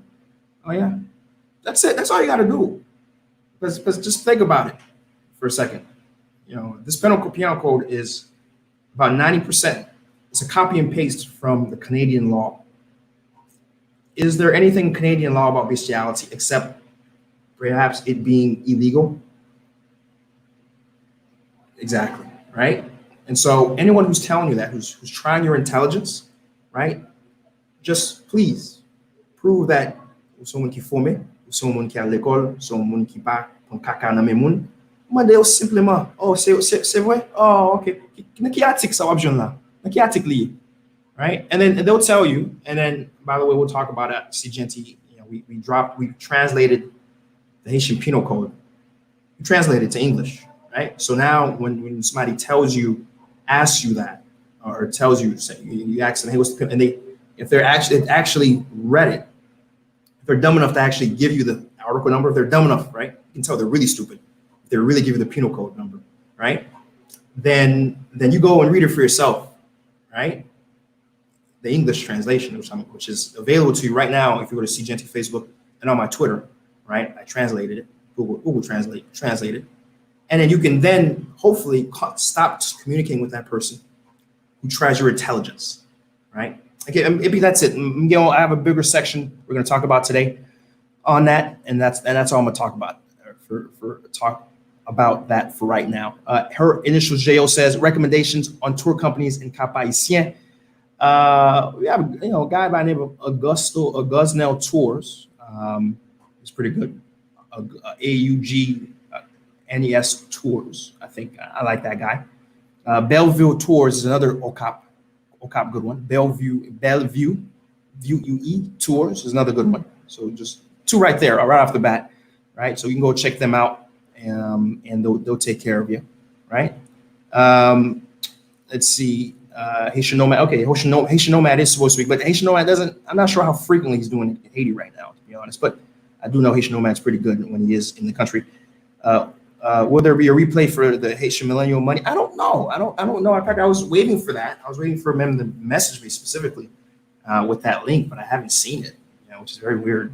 But no, I don't. It should be. I would hope there is a replay, but I haven't heard anything about that. But thanks, IG. Thanks, IG. All right, so let's keep it going. India's in the news. India has provided 4 tons of PPE to us, right, including thermometers, right? I'm sure I'm saying it wrong, whatever. Lots of pill treatments, for example, hydrochloric as well. And so that's fantastic. But again, that adds to the fact I already told you 72 tons is being provided by Europe, 4 tons by India. Taiwan also is giving $1.5 million worth of PPE, up to 1.72 million surgical masks, 30,000 N95 masks, 30. Listen, I'm not even gonna go through it. It's a lot of PPE. Okay, it's a lot. They're giving a lot, right? 1.5 million. They're giving a lot. Okay, and so and additionally, Cuban Medical Brigade, the Cuban Medical Brigade in Haiti, they're being from Cuba. They've been here deployed last week. They're in Atibonite. They're specifically working in Atibonite to help Haitians in that area. Atibonite has been pretty heavily affected. In fact, one of the first cases of COVID was in Artibonite, and so they've had it, in that area for a while. And so Cubans are out there, and again, we always lots of respect for Cuba. What they've done, they stepped up in this crisis. In fact, one of the first people to be manufacturing a treatment for it. So, of course, Cuba's always appreciated. Cuba has a very special spot in our heart here. So, big ups for Cuba for stepping up. The IDB is approving $60 million to support vulnerable COVID sector, right? And they're providing most of those funds to FAES. FAES, of course, is the Economic and Social Assistance Fund that exists in Haiti, right? One school canteen to, and in addition, that money is going to go to helping feed Haitian students. $100,000 is earmarked to help provide nutritional meals. Also, they're providing cash transfers. A big part of that, 60 million, is supposed to go to 124,000 households for cash transfers. Sort of very similar to what you guys got in America, that stimulus package, right? A certain amount is supposed to go to help with that. Additionally, a chunk of that's supposed to go help as wage subsidies to help manufacturing workers. A lot of manufacturing workers have unfortunately been not able to work for obvious reasons of social distancing and just lower demand. And so a big chunk of that 60 million is supposed to go towards that. And finally, about 10 million, specifically $10 million of that 60 million is supposed to go specifically to water and sanitation, education, and a piece for tourism and education. Now, that said, that just seems to be a lot of stuff, a very wide mission for just a measly $60 million. So, it may sound like a lot when you're talking about feeding students. You're talking about giving to unemployed folks, giving to households. I mean, pretty quick. That 60 mil doing those down pretty quickly, right? But nonetheless, any positive news as relates to international aid to Haiti can be appreciated if it's structured in the right way, and helping feed kids nutritional meals. And as I read more about it, they're looking to source locally, which is important. They're looking to source food locally and get it to these students, and use local cooks and restaurants to get this food out there. So that is certainly appreciated, and great news, honestly. And finally, the last piece of international aid news has to do with the Global Partnership for Education. We talked about them last week, actually, or the week last time we were on air. They were supposed to give 10 mil, but apparently that money's only 7 mil now. It's only $7 million to support the fight for COVID, and in particular as it relates to education. The response, getting shows on TV, getting shows on the radio, helping schools revamp what they offer. A lot of different things are going into that, specifically as it relates to COVID, the intersection of COVID and education. That money's supposed to be there to help with that. So as you can see, one big theme of a lot of the things we've talked about here on Haiti Business News, the government has been getting a lot of money, a lot of money from the international community as it relates to helping with COVID, right? And of course, right now, as we're seeing a decline, we're still seeing the aid coming in, right? And of course, certainly one thing, there's a group already doing it. New Pop Domi. There's a group called New Pop Domi. I don't quite. In fact, I hope maybe in the next season of the podcast, because I know that I think it's a Haitian diaspora who's running it, and they're specifically a public audit team. Like, they're just like, imagine if I just said, you know what, I'm just going to audit all this money coming in, right? And where's it going and how it's being spent, right? As much as they can, like true journalists should. They're doing that, right? New Pop Domi. I think if you Google them, you should find their website or at least their Twitter handle, and they report a lot about that. And I mentioned them to say it's very important to keep tabs on where this money is going, right? It's very important because, again, vous Haitian déjà montré que il va y avoir problème et retirer non bouche malé pour mettre dans poche. It's going to go one, right? And so it's really important that we have a way to keep them honest. We have a way to audit what the government is doing, because as I spent a very long time speaking to Weather and Gene, right? The government is not your friend, right? The Haitian government is not anyone's friend. The Haitian government exists for one thing and one thing only. It exists to exist. That's it, right? Okay. So again, I certainly will keep tabs on New Pop Domi and see what they have to say about how this money is being spent and where it's going, right? So let's take a look. Let's see. Let's go back into the chats. We got the bus rider saying the only help the government might help you with is in tax credit right now. Agriculture and renewable energy companies are eligible for tax credit because they deem those industries as a priority. If you have a good lawyer and accountant, you have a good accountant, you might actually get that, right? But you by yourself try to go into the DGE. Good luck. Okay. All right. Yeah, you get what I'm saying? You get what I'm saying? Good luck. Right. But yeah, you might have a point. Good lawyer, good accountant, should be okay. Maybe. My brother's keeper hit me with $5. 5 big ones. Oh my goodness. Merci beaucoup. Thank you so much. As always, these funds are going into the war chest, going to shore up what we're doing, shore up the content. And I think I truly believe you guys see what I'm doing with these funds, right? You guys are giving because you guys see c'est pas l'argent qui est gaspillé, c'est l'argent chaque dollar goes into some aspect of the production. Again, one reason why you guys are seeing me a lot clearer now on YouTube to SeeJeanty, Logitech. I purchased that Logitech, right, with the funds that were being provided to me. It's subsidized it anyways, even though still a chunk of it still went on to me, but being able to subsidize even a little bit of it helps with the advancement of the channel. So my brother's keeper, thank you so much. Merci beaucoup. Merci en pile. Bon diable. As they say, right?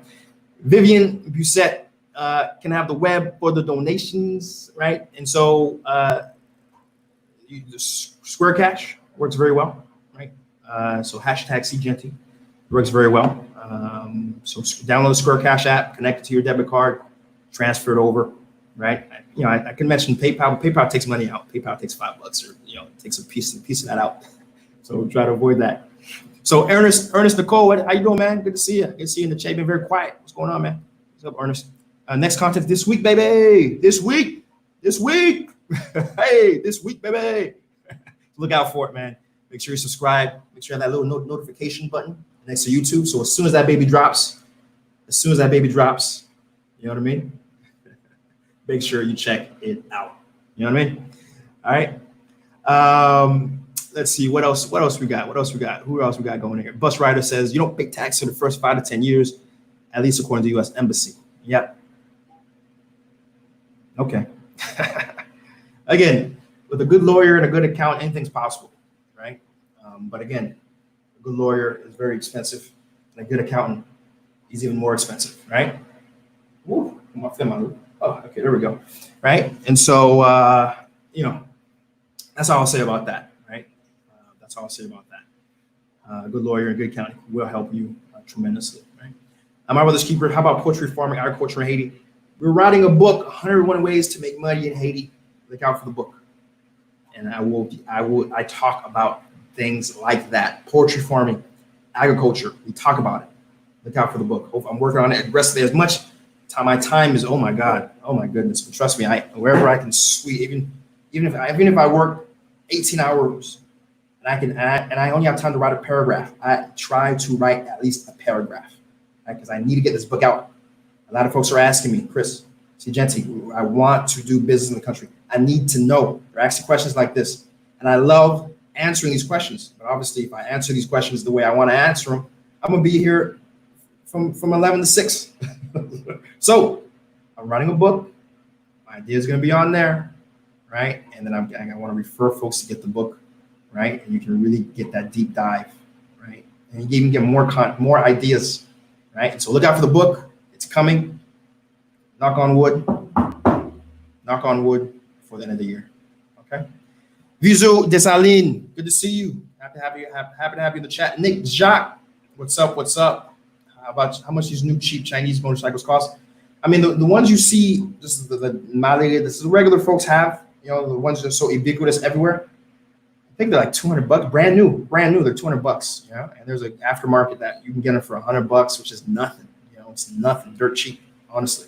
And so they're pretty cheap, Blue Bear 2018 says, I tried reading the Penal Code, but it's in French. Couldn't read it. Couldn't read it. I can read Creole. When will Haiti stop using French? 90% of the country can't read the country's penal code. So the penal code, I actually have translated it. Right? I actually translated it, right? And in fact, let me, I know we have a section on it today. We're going to talk about it today, guys. But miss some defect. I want to find it. I should have already saved the bookmark. I'm going to have to go on my page. I'm going to have to go on my page, huh? Here it is. No, I don't. Good. There it is. Give me a second. I'm going to grab the share link for you guys. So maybe you guys may have to leave a little early or something. And so let me go ahead and grab that link, and I'm going to go ahead and drop it right now in the chat, both on YouTube and on Facebook. I'm going to go ahead and drop it in the chat right now. And those folks are more than welcome, more than welcome to take a look. So you'll see the French version and the English version, right? The French version and English version of the Haitian Penal Code. You go check it out, okay? Comme ça, you can assez passer nos bêtises, you can assez éduquer, ba exister na bien code là qui pas vrai, okay? You guys in the diaspora, come on, you guys, come on. That's a great question.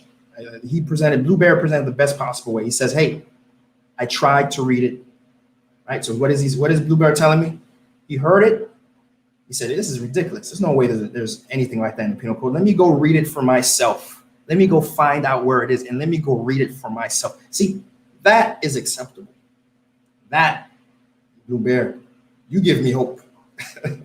But tout l'autre monde yo, qui a venu, et pas m'tende, ma sisi, et pas m'tende 15 ans, et pas m'tende. Et pas m'tende. Non, c'est pas et pas m'tende. Ali, go read it. Don't say I heard. No, go read it. Ask them where is it, and go read it. Okay, but anyhow, we're gonna talk more about that. Wake up, people. Yes, the Haitian government is indeed corrupt, right? Insanely, viciously, mercilessly corrupt on every level. Absolutely true. Shana Mill, I need to read the penal code in English. I just dropped it for you. Don't you worry about that. All these donations are so beautiful. Thank you. You got me tearing up. Trust me. It's certainly appreciated. You have no idea. Wake up, people says, how much land is in the rural areas? Pastor Jacques Mel. It looks so beautiful. A lot of land. To answer your question. Negma won't Blue Bear. Agrees with Blue Bear. Negma agrees with Blue Bear. Haitian Millennial Money is releasing content individually on their Facebook group. So far they have the pay. Oh, okay, good to know. I'm gonna post that right there. So folks who are talking about Haitian Millennial Money, they're releasing stuff on their page. In fact, or their group. In fact, I'll go after this. I'll try to make sure to go and jump in their group, and then I'll certainly make sure to share when mines come up. You know what I mean? But thanks, Molina. Thanks for updating us on that. You're appreciated. Thank you. All right. Molina Junla says, yeah, releasing, also followed up, releasing on their group. Okay, for sure. Thanks, Molina. Jump here. Appreciate it. Ronald Etienne follows up, says, is your book writing it in English? So the book is going to initially be in English, but vraiment rapid, hopefully within a month, max 2 months, I'm working very aggressively to get it's translated in very good, proper Haitian Creole. And that's it. Anglais, Creole Haïtien, pas de français. Français, ça parle français. You know? English, language of business, right? And Creole Haïtien, Creole peuple là. 100% Haïtien parle Creole, 2% parle français. What is that? Why would I write a book for 2% of people? Doesn't make any sense. English, because it's the language of business. Not that I have any preference for English. Yeah, I talk it, whatever, right? But it's the English language of business. And then Creole Haïtien, parce que c'est Haïtien nouye. C'est long. Actually, this is how much respect I have for Creole, right? We shouldn't, honestly, I am waiting for the movement that happens across the diaspora and in Haiti. We stop calling Creole. It shouldn't be Creole. right? It's a language. It is a fully fleshed out language, right? You don't call French and Spanish Latin Creole, because that's what French and Spanish is, even Portuguese. They're Creoles of Latin. Am I right or am I wrong? Help me out here. Am I talking to myself? Anybody in here? Where am I? You gotta get an amen, right? They're derivatives of Latin, right? We don't call them Latin Creoles. No, we call them, okay, there's guys speaking French, guys speaking Spanish, other guys speaking Portuguese. I'm waiting for the day when I can say I'm speaking Haitian. Am I crazy? Am I talking to myself here? When is that going to happen? When are we going to start referring to our language, langage nous, oui, langage que tout haïtien parle, oui, ou au moins comprendre? When are we going to start referring to I am speaking Haitian? That needs to happen. And I hope it happens in my lifetime, that we give Creole the respect it deserves and we start referring it as I am speaking Haitian. I look forward to that day, for real. Okay. All right. So I dropped the link. I hope you guys aren't talking to me because you guys are looking up the Haitian Penal Code. so let me turn my attention to Instagram and see what my folks are saying. Cardi Solo has a question about Haiti. Go and ask it, man. Ask it. That's what we're here for. Ask the question. Let me scroll up a little more. Scroll up all the way to the top. Let's make sure I haven't missed anything.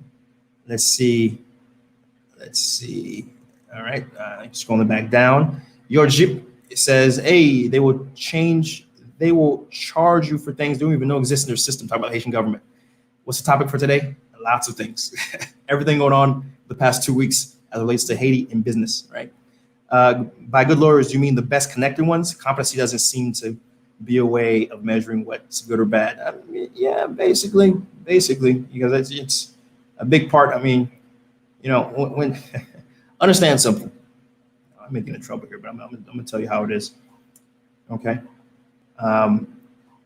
You as an American or a Canadian or wherever you're coming from, understand something. Okay. You cannot participate in corruption. Like, you cannot.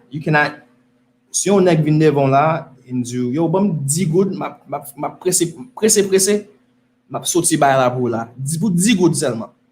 Pressé. You can go to jail. I just hope you know that. If the FBI finds out you gave 10 good, right? You can go to jail. Right? There's anti-corruption laws in place for citizens of America. You can understand, you cannot participate in corruption, right?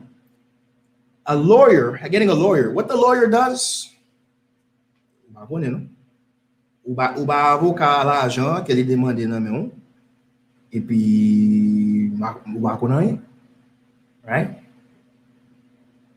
Let's go. You see what I'm saying? Right?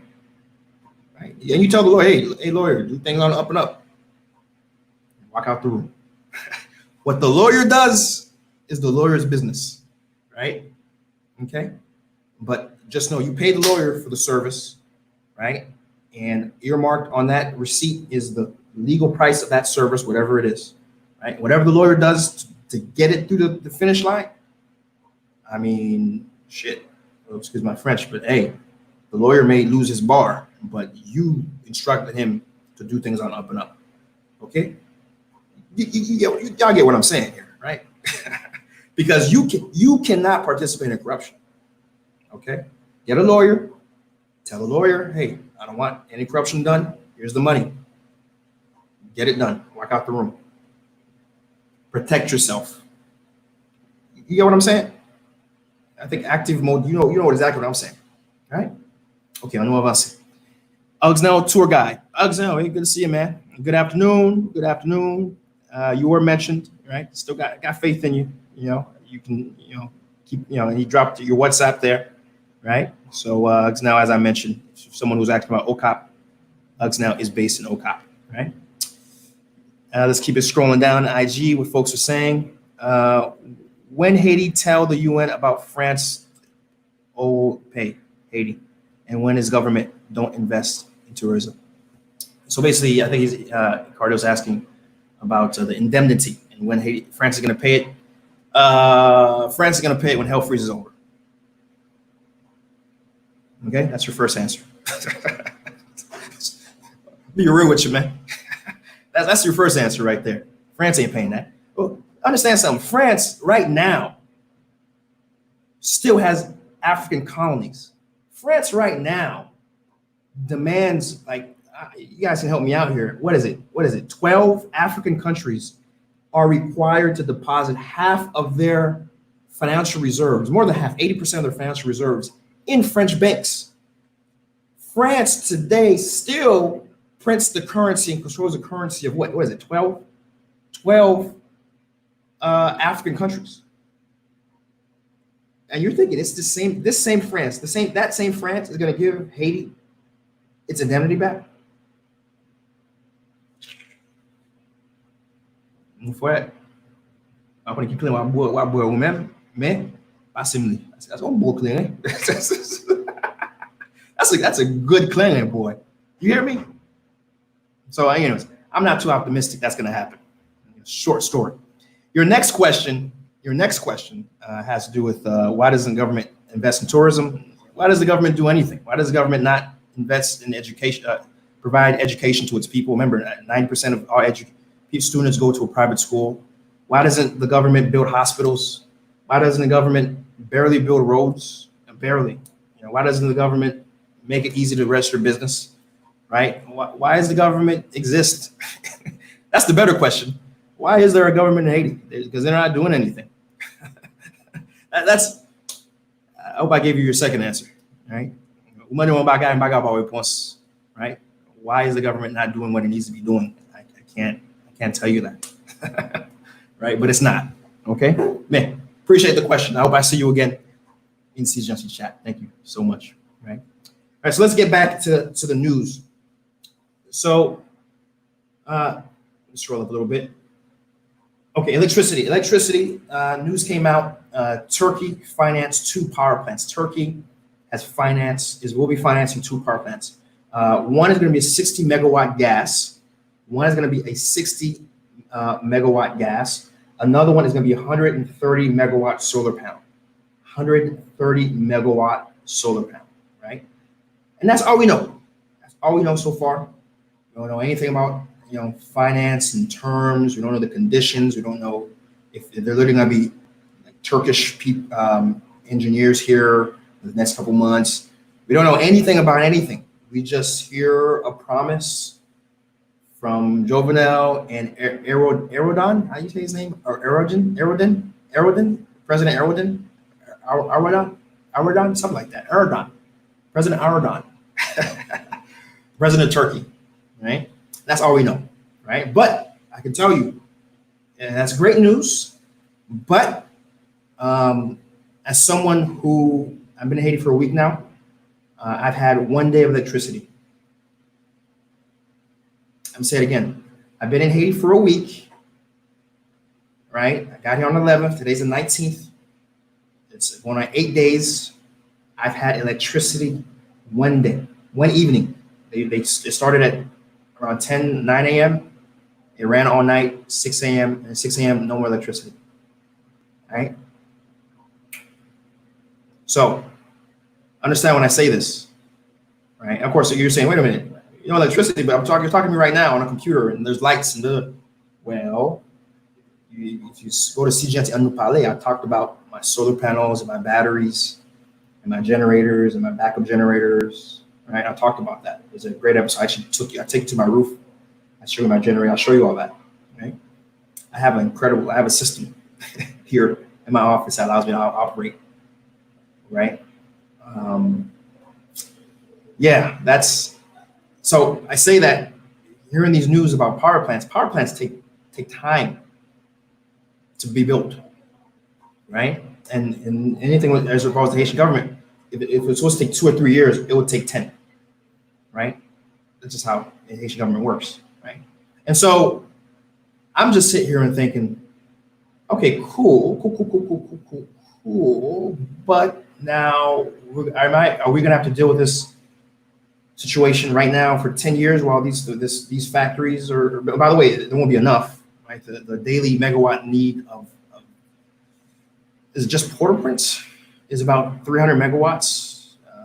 Basically, when it's operating, usually two of its three turbines produces around 150 or so, right? And these other e-power and stuff produce another 30 or 40, right? And so there's still over half of the electricity needs that go unmet just in Port-au-Prince. I'm not even talking about the rest of the country, just in Port-au-Prince, right? And so even if the 60, 130 were to be plugged into Port-au-Prince, okay, cool, that'd give us about 80, 90% of our electricity needs. But what about the rest of the country? Still not enough, still vastly insignificant when you look at the need for electricity. It helps, great, but in the meantime, I'm in 2020. This is 2020 we're in, right? In America, we have cars that are driving themselves, but in 2020, ma Haiti là, nous fait 11 jours, dans 8 jours, sans électricité, sans courant.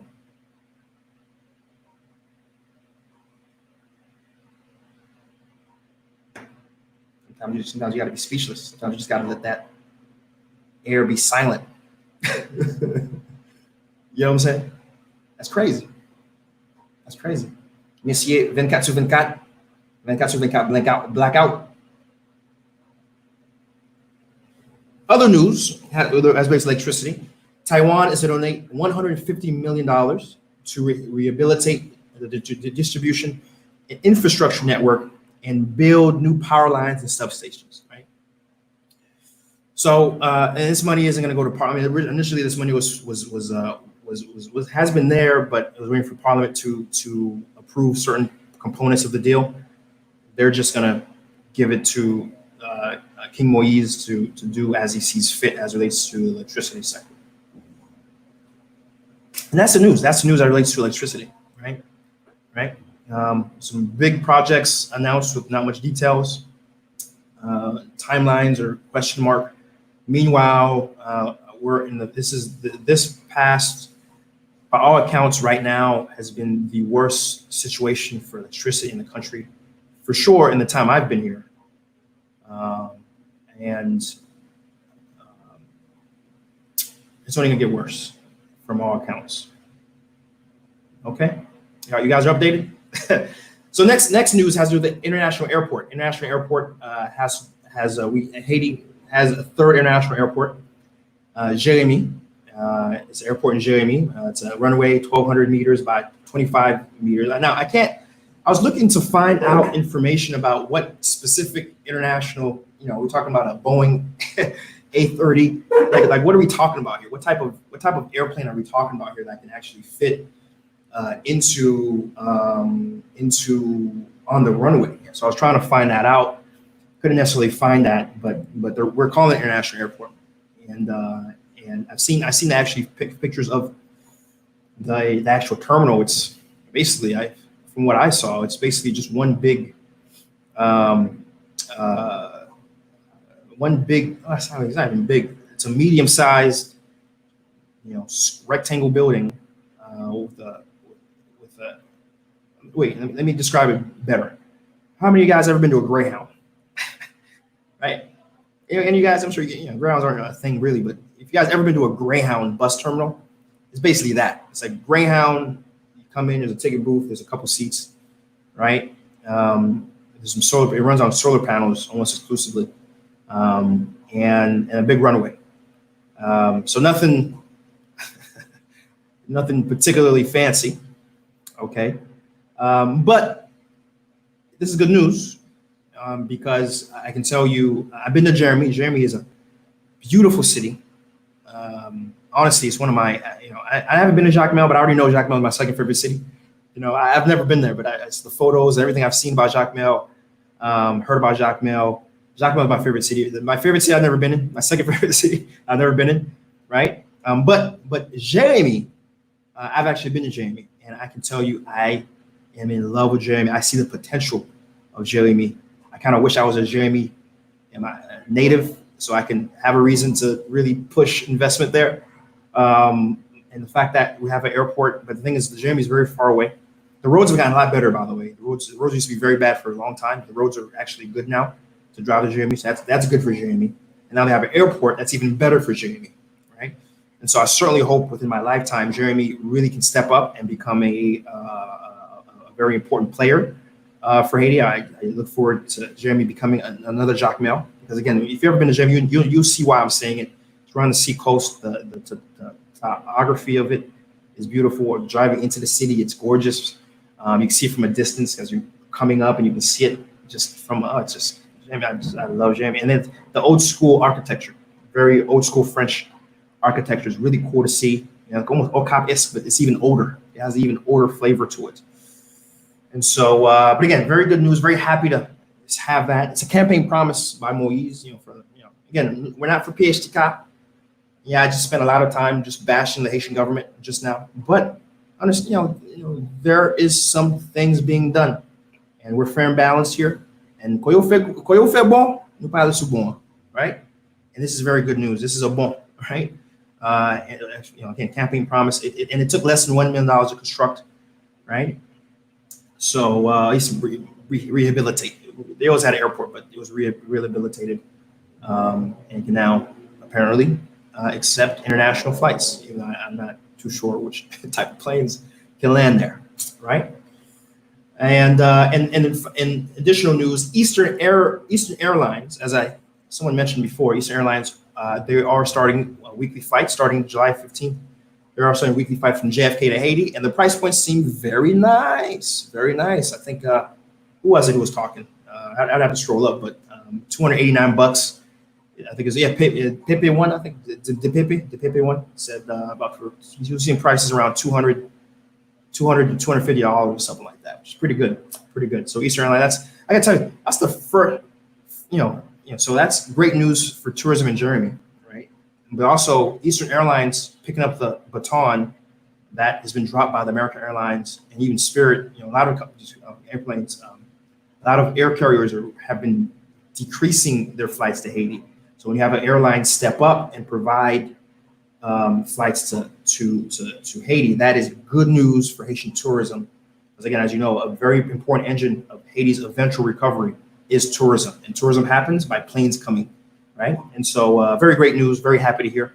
And as we continue to talk about tourism, final little piece I want to add has to do with the reopening of Decameron. Decameron is opening August 1st, right? Of course, they're going to be following all the regulations, as it relates to washing your hands and PPE, covering your mask, and making sure, of course, you come in, have a good time, but also, you don't leave sick, right? And so, Decameron is very important for the Haitian tourism economy. They're the premier resort hotel experience in the country. All exclusive, by the way. I mean, including their alcohol, you get a little package that includes that little extra. You get that. For the same price. Yeah, for the same price, you get unlimited alcohol. Yeah, that's what it is, right? So all-inclusive package, all you can eat, all you can drink for that price point, incredible. And of course, when it comes to entertainment, it's like being on a boat. It's like being on a resort. You ever been on a cruise ship? Activities, things happening. And Decameron is generally the Mercedes class of hotel experiences. Even their food has gotten better. I mean, one thing I used to complain about quite a bit was their food wasn't necessarily the best, but they've gotten a lot better with their food too. So yeah, we're honest here, man. we're new by BET a lot, but even their food's gotten better. So, but Decameron, I mean, they have over 500 active employees, who've been sidelined while Decameron's been closed. Again, the hotel sits on 55 acres, has 1.5 kilometers of beaches, 400 hotel rooms. I mean, they handle events up to 460 people, right? They have 2 big old swimming pools, 3 restaurants. I mean, this is, Decameron is a genuine first class establishment in terms of hotel accommodations and resort accommodations. So the fact that they're reopening, again, very, very big, very, very good news for the Haitian tourism, and certainly,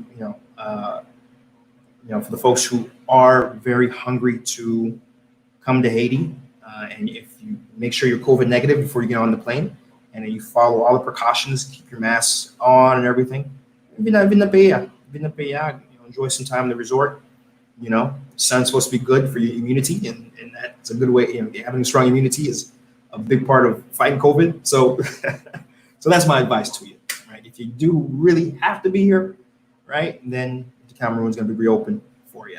Okay, let's take a quick break. Let's see what's going on in the chats. I make sure I'm not neglecting Instagram before I go back to YouTube.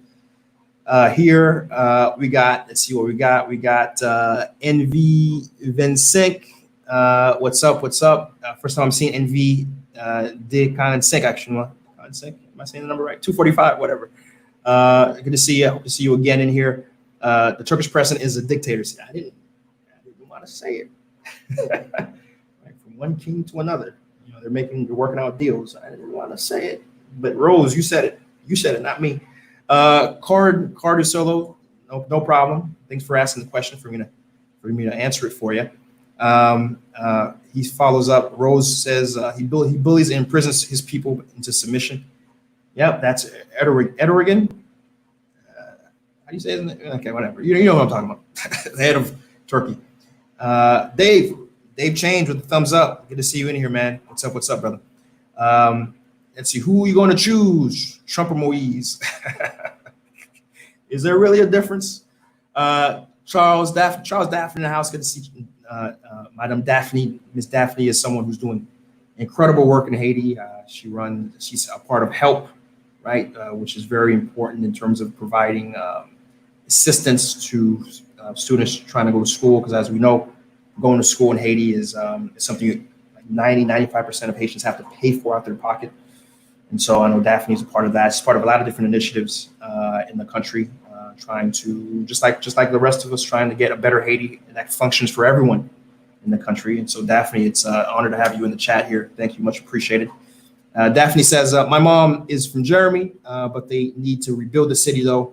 The road to Jeremy is great, nature, coastlines, etc. I totally agree with you. And in fact, a fun thing about Jeremy is known also to be the écrivain capital of Haiti, meaning there's been more like world-class authors and literature, Haitian literarist, is that a word? Right? That have come out of Jeremy than any other city in Haiti, right? And so Jeremy is very important culturally for Haiti.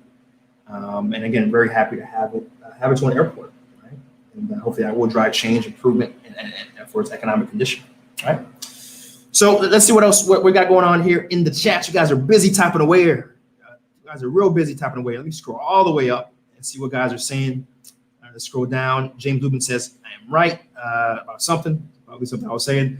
Bus rider, you're, did I say it right? You're, it's a New York thing, I think. James Pierre Lewis, right, bro. Nick Jock says, speak Haitien. Okay, that's probably, okay, I remember. That's what I was talking about. I was talking about speaking Haitian. Right. Absolutely. I mean, it shouldn't be speaking Creole. We have to give our language, ourselves, the respect that we deserve. And our language is not a Creole, right? I mean, again, if our language is a Creole, then the French language is a Latin Creole, right? The Portuguese is a Latin Creole, right? No, give our respect where our respect is due. And Haitian language is a fully fleshed out language. Stop disrespecting. Let's put respect on our name. And we got to do it. We have to be the ones to do it, right? So I'm gonna start challenging you guys, right, to say, hey, I'm speaking Haitian, right? Just like they speak French, Anglais, they speak British, they speak English, right? We speak Haitian, man. We got a language here, right? And maybe when we actually start thinking about it in that way, maybe we can actually start writing our laws and start speaking in ways where the mass of the Haitian population can actually understand what's going on, right? James Lubin says to check out Michael DeGraff. He's a linguist doing work around Creole French issue. I've heard of Michael DeGraff. I've heard of him. He's been doing some great work. So I can refresh myself, see what he's doing recently, but I've heard of him. Rich T, actually, SeeJeanty, Latin is even the foundation for English, right? So we could even say that English is a Creole. Absolutely. Yeah, it's a mix, because English is very heavily influenced by German language, because Germans basically invaded and occupied Britain for a long time, or England or UK, whatever they call that island. And so their Latin got heavily Germified, right? Which is why it sounds so much more different than the other Latin countries. But you're right, though. Rich T is correct in his assessment. Good, not even a dollar. Anything you give, you can get arrested. Bus rider gives me a wink. Knows what I was saying. Juvie lover, when are you going to jack me? I'm trying. I want to. I don't know when. I don't know when. That's why I'm stockpiling all the monies you guys are giving me. I'm just I'm putting them in a pile. I'm counting the pennies here and seeing when the money's added up to the point when I can execute that final episode that's been dogging me for so long. I can't wait to do it. I can't tell you when, but hopefully soon. Okay. Let's see. Ogsnell tour guide says, congratulations, keep up the good work. Certainly appreciate Ogsnell, thank you so much. Keep up the great work in Cap Haitien, being a tour guide out there, right? Certified T's, what banks do you suggest for Haiti business? Any one of them, to be honest. Any one of them are fine. Soji Bank has, I think, the most ATM machines. I think they have a very strong app. Unibank is okay, but I think Unibank's a little fee heavy, from my experience, a little fee heavy. Okay, but they're all the same. All banks are the same. They don't really do anything different, from each other. Ronald Etienne, French colonizers are the ones that don't respect Haitian Creole, so-called and the so-called Haitian aristocrat. I don't disagree with you. Don't disagree with you, Ronald. Farrah Jackson says the Penal is a drop in the bucket as relates to the death issues in Haiti. They don't even have a judicial system that can even enforce current laws. The government are the main one breaking laws. Most people don't reject the whole penal code. They reject the fact that ils savent répéter bail toujours. Ils savent répéter bail toujours, man. Farrah Jackson, we're going to get to the Haitian Penal Code conversation in just maybe one more news story. But I thought I was very clear in my conversations with you. And we had, you guys, by the way, if you guys, as I post stuff on anywhere really, but as I post stuff, I respond. Right? And I'm most active on my SeeJeanty page on Facebook. I post different things, right? And I'll respond. And so Farrah Jackson and I, we've been having a conversation for quite some time. And my goal with them, I don't have problems having conversations, right, with people. But I do have a problem when you tell somebody something, right? But then it's like they didn't hear you. You guys know what I'm talking about? Like when you tell somebody something and then they don't acknowledge what you say and they continue saying what you just said isn't true. You see what I'm saying? Like I had this conversation with Farrah Jackson, telling her to go read the penal code. I further told Farrah Jackson, here's the penal code, go read it. Finally, I said, I'm going to translate it. And maybe Farrah didn't get the memo that I translated it and it's available now, right? And maybe that's why she's continuing to repeat nonsense. And Farrah, I'm specifically honing on her because, I've specifically told her, and I went through a very long thesis. I'm going to say the word thesis because I literally laid out point by point, right? Which I'm going to today, because I have to, right? All the points where what people were saying about the penal code is bullshit, right? And she has access to that information because I gave it to her. You guys follow me? But yet here she is on my live, on our live, you see, madam, repeating the same stuff. That's un problème. That's un problème, oui, parce que m'bakabla I buy this information. I don't mind us having a conversation and you pointing out specific facts back to me. I've been wrong, right? I've been wrong many times on my stream, courtesy of very smart people who come with a lot of experience. I can name quite a few different folks who provide a lot of very valid perspective. Stefan Larison is great. Johnny Celestin is someone who's also always here giving very good information, informing me live on my live, and I appreciate it. I love it. Come in with information, make me look wrong, make me wrong. I love it, right? Because it makes me not only a better human being, I love learning more things that I didn't know. That's fundamentally, I wish more of us had this mentality of, hey, I want to learn. I want to know more about something I thought I knew, but I don't know. Now I realize I don't know. And now I have a better direction and a better way forward. I love it. Même gros problème.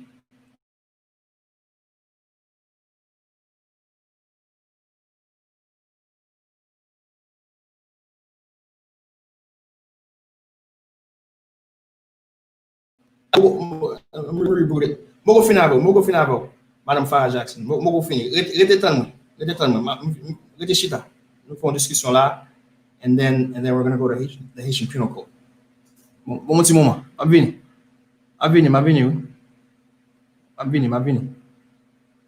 One. Okay. Repostille. Okay. All right, live on IG is rebooting. All right. Okay, we're back on Instagram. I think that's probably the last time I boot up Instagram, because if it goes for the third time, that means I've been on for 3 hours, and that's a problem. But in any case, the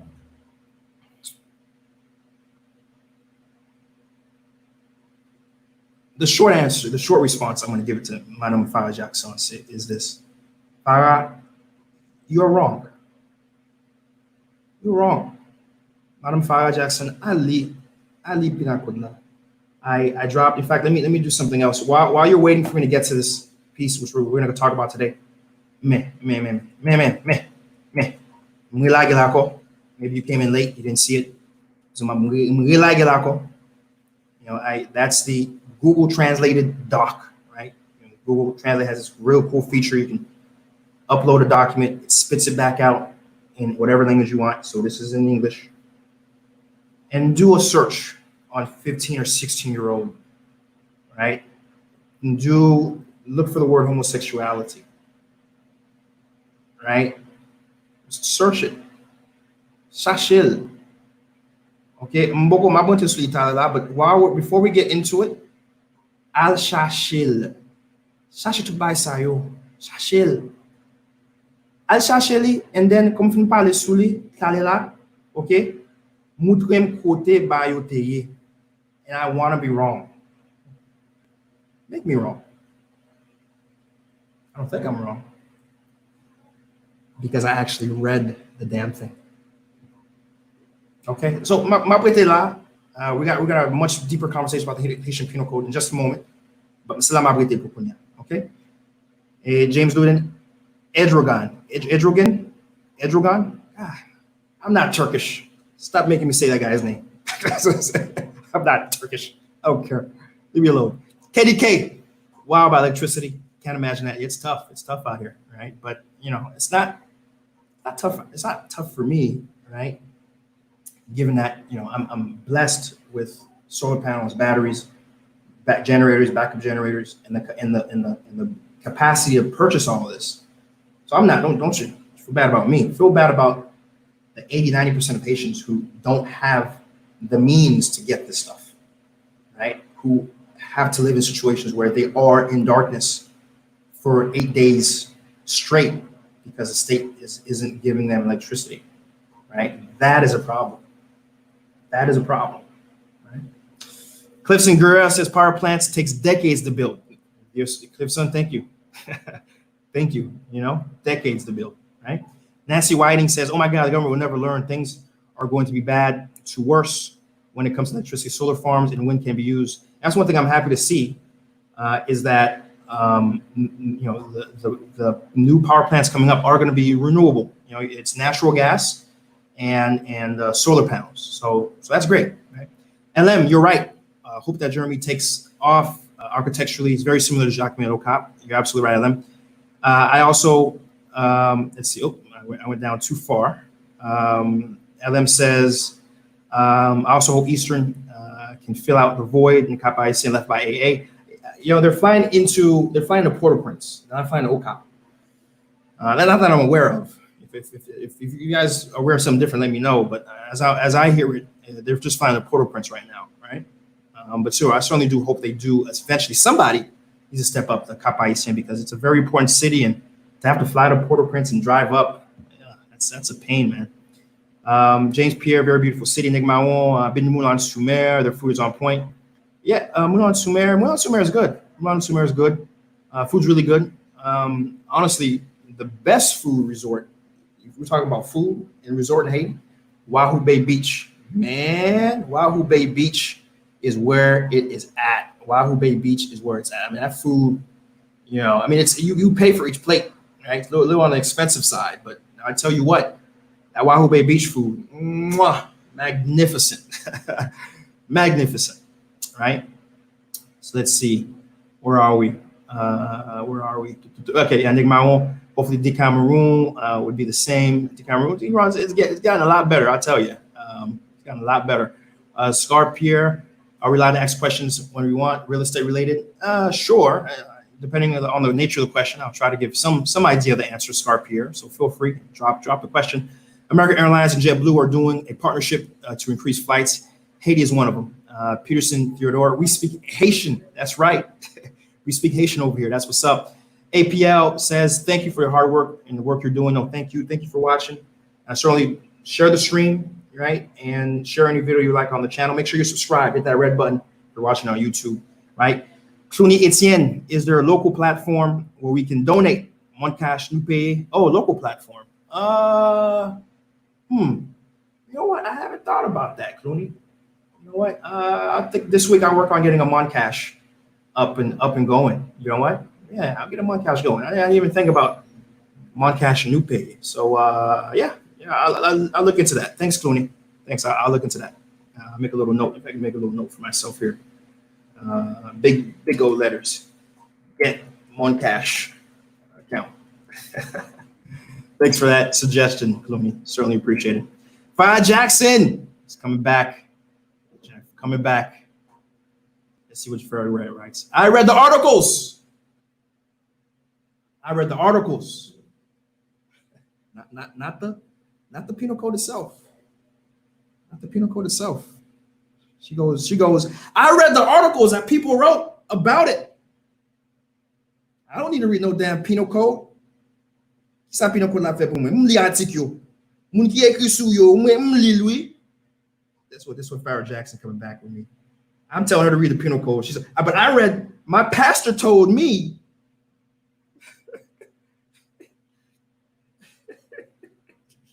Oui. Tell about l'actrice, oui. Tell about l'actrice. Parce que waka gen moun. Wap di madame nan. Ali article la pour tête pour Gilles, comme on dit calé ba la. A fait oui bon réponse. Pasteur m'dim. M'li article yo. Can you have a conversation with a person like that? You guys told me. Can I have a conversation with someone where I'm telling them, go read the article? And they're saying, I read the articles about the penal code, and that's my source. Ay. Let's keep going. Rich T goes, people who do that to respond, not to understand. Plus, when people have an agenda, they ignore facts. Block and delete the answer. No. You know, the entire time I've been doing Haiti business, the entire time I had my entire channel, I blocked maybe one person, maybe two, right? And that one person was a straight up troll, right? Literally thought he knew more about Haiti more than me, even though he didn't live in Haiti, right? Which is the weirdest thing. And that's the most aggravating thing in the world. Like someone, if you live in Haiti, cool. If you had like 20 years in here and you're an OG, of course, respect. Listen. So si moun respecte gamun, okay, moun respecte moun ki bi ou dem.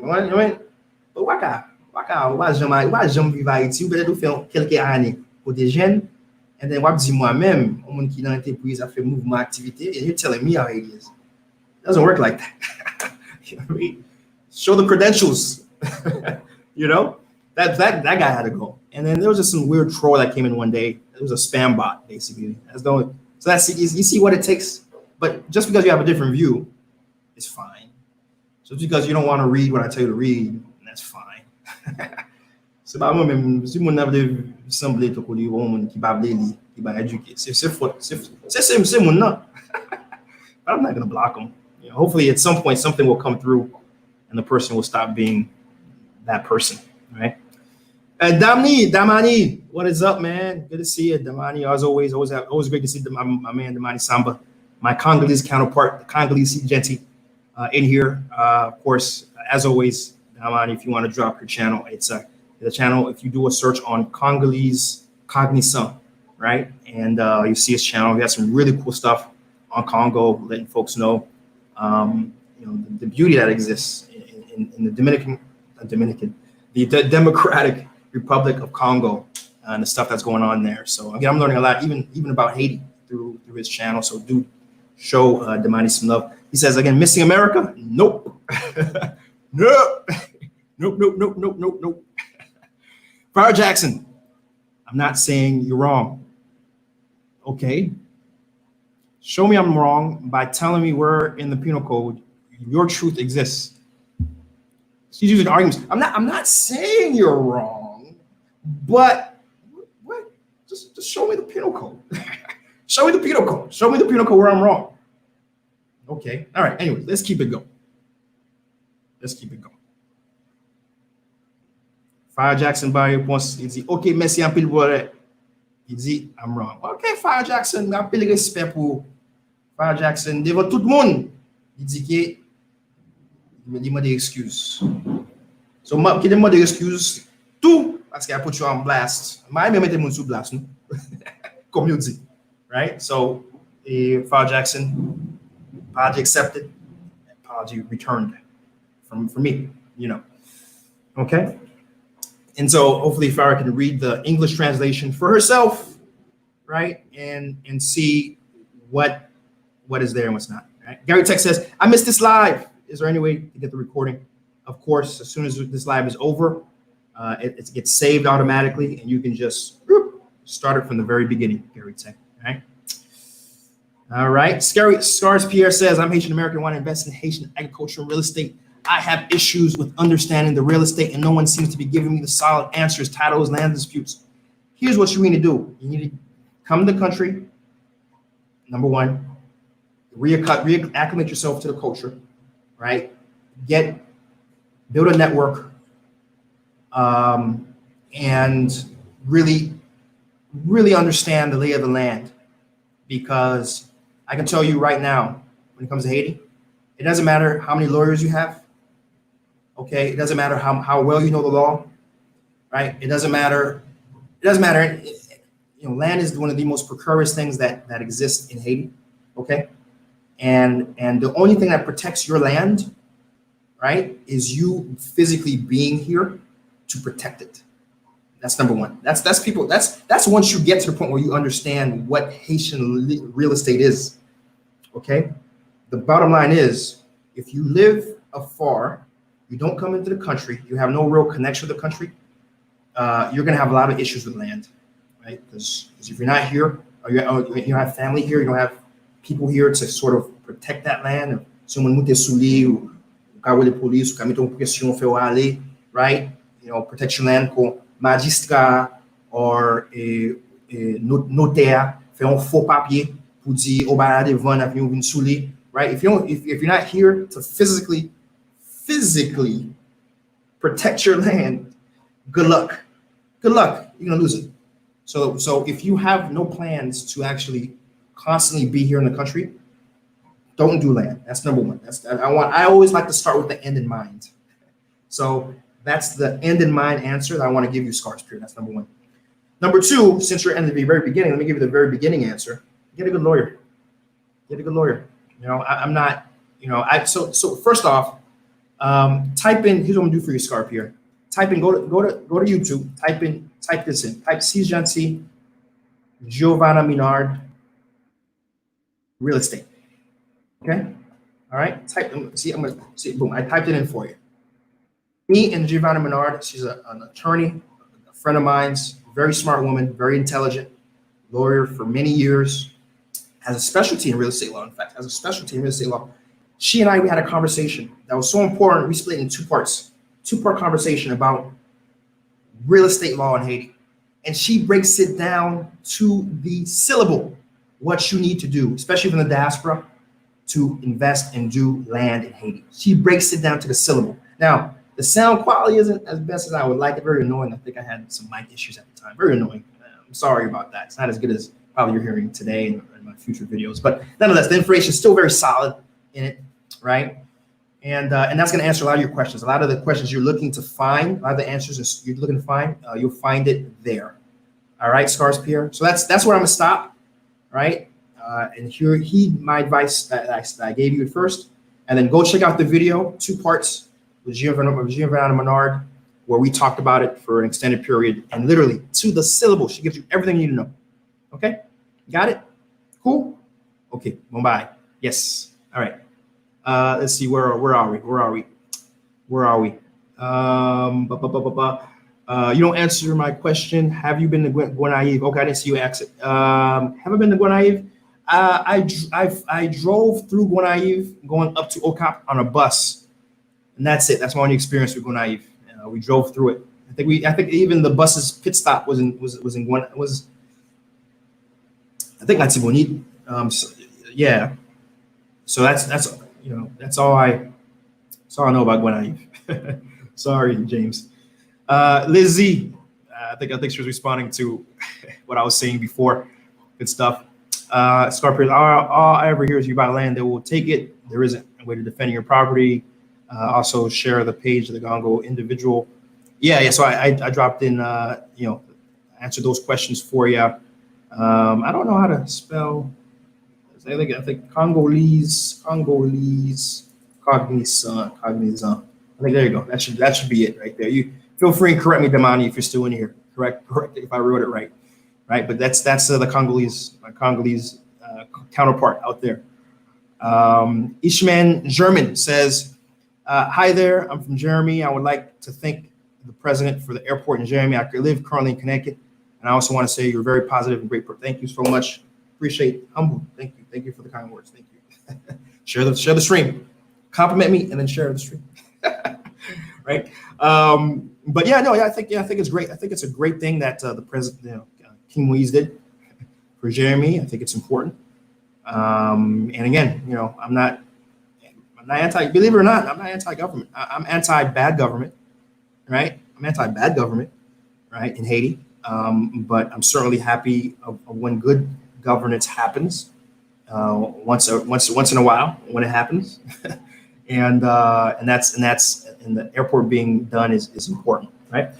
So let's keep on pushing ahead here with the news story. Again, this episode is a little longer just because of what I've been gone 2 weeks, right? So Haitian Penal Code. In fact, I'm making good time. In fact, given that fact, the Haitian Penal Code.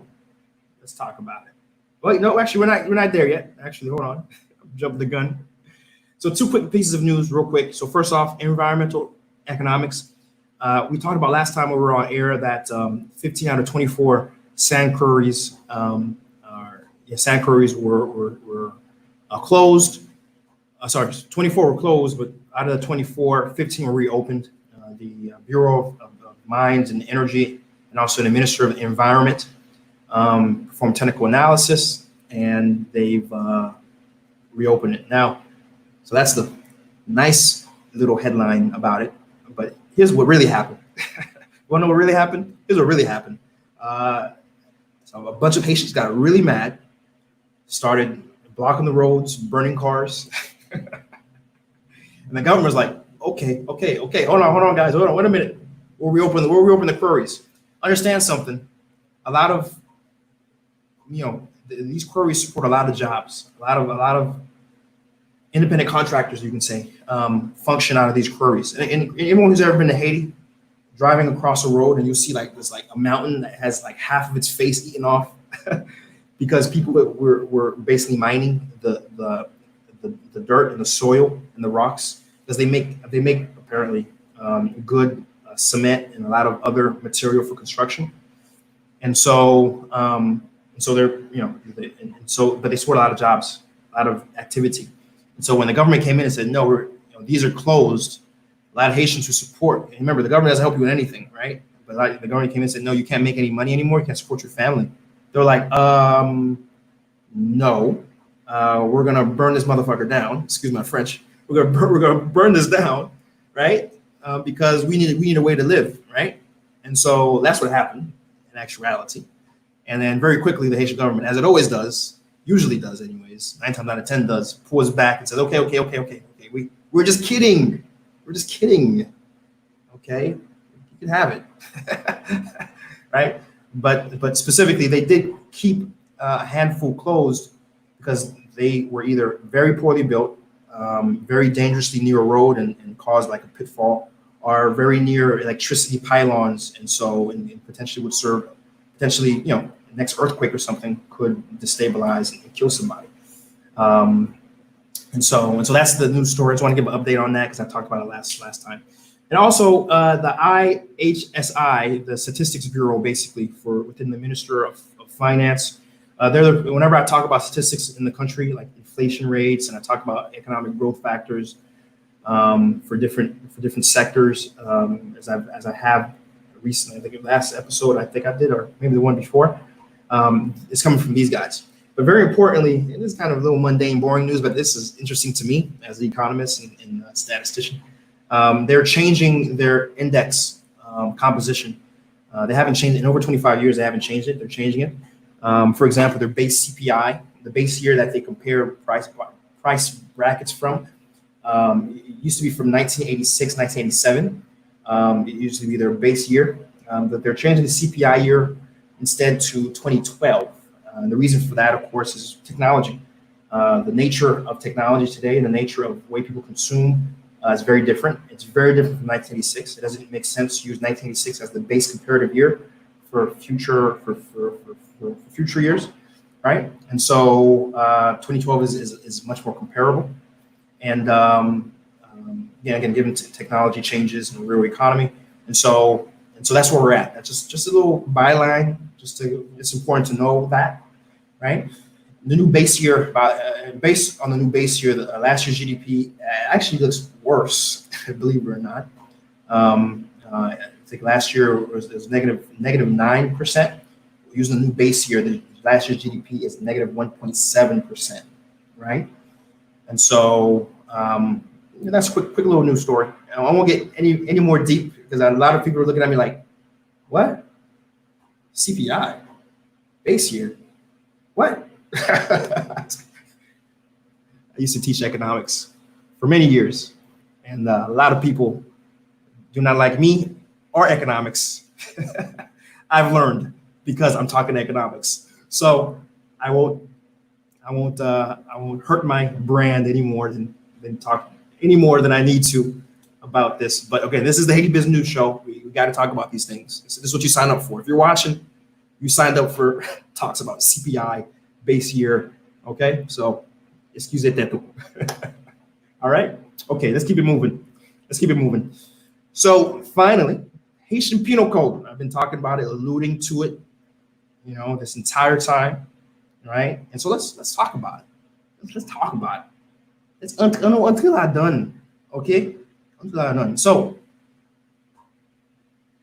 on the real, like I can tell you, this has been a very depressing experience for me. Because here I am trying to get you out here in the diaspora to kind of engage and be active and really hopefully bring about a change in the country. And I can't tell you the amount of Haitian diaspora who reached out to me and were like, hey, SeeJeanty, then I heard they're legalizing homosexuality and bestiality, this and that, this and this and that and this. And it's like, what? It's like, what do you know? And I see a petition. And then I see a petition online that has over 100. How much is that, guys? Like 88,000 some odd signatures saying, this article has, this in it, and child prostitution, it legalizes. And I read it and I'm like, what's going on? Listen, even family members. When I was in America, I had family members approach me. People I respect tremendously. People who I know are educated, right? Educated people who listen to the news and listen to politics and know what real Haiti is and how things are spun, coming to me and saying, "Oh man, it's a bad idea. I don't know why the president put that laws in place allowing sexuality, gay marriage, and allowing the the child prostitution. I don't understand it. I don't know why the Jovenel did that." I'm like, come on, man. My own family, it too, Brutus. Even my own family is coming at me about this. I'm like, oh, my hope meter. Every day after the penal code, now my hope meter just like depleting, because it's like, come on, man. Like I get why that Haitians in the streets qui ba eduqué, yo bagay radio, bagay c'est que suivre radio, yo bagay les français parce que toute nouvelle d'importance c'est en français lié non journal qui d'ailleurs le journal là cher, yo bagay même acheter le journal là. Right? They can't even buy the newspaper, right? It's in French, they can't read it, right? And so I get why Haitians in the street here in Haiti can be manipulated, right? But you guys can read. You guys have the internet.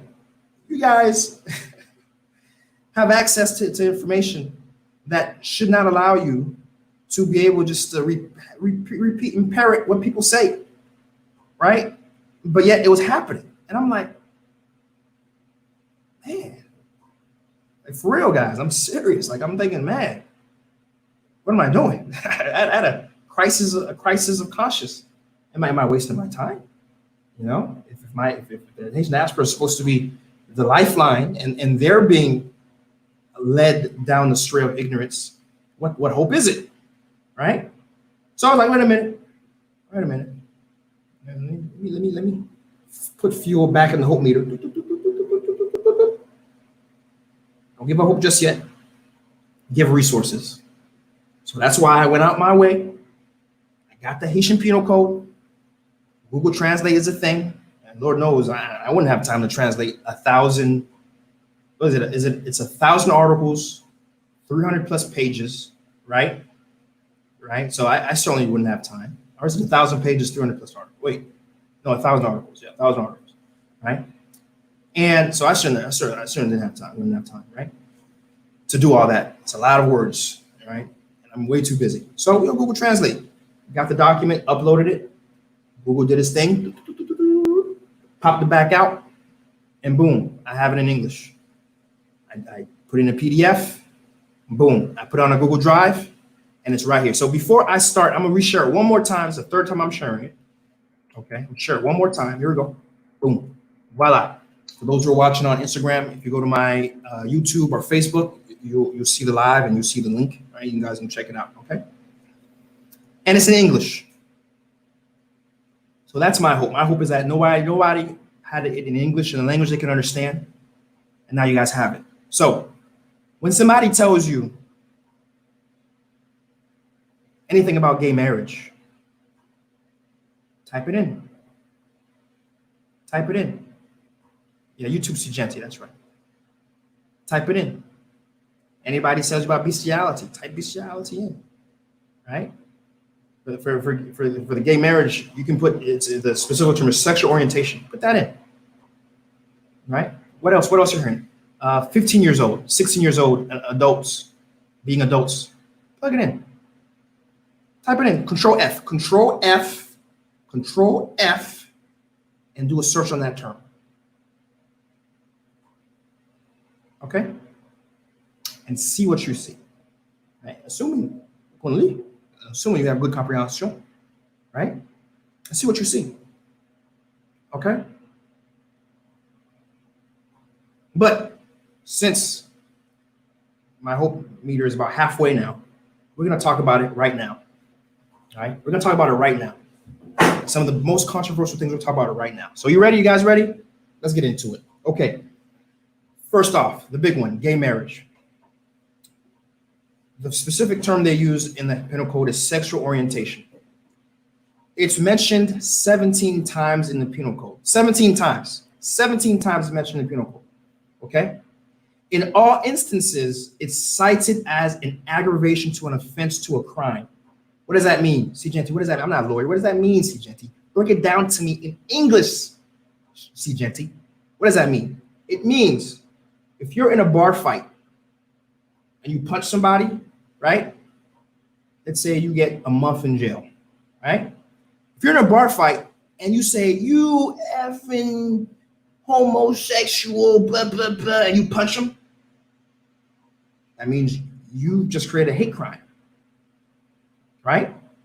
It's going to be, instead of 1 month, it's going to be 6 months. It's going to be a year. It amplifies considerably your crime, right? If you're an arsonist and you put fire in someone's home, the law has regulations. The law says, okay, you find out that you've done arson, you're going to go to jail for a year. Now, if you do it and you literally, on Facebook Live, you know what, these guys are, it's a man and a man. It's a man and a man. I don't believe in that.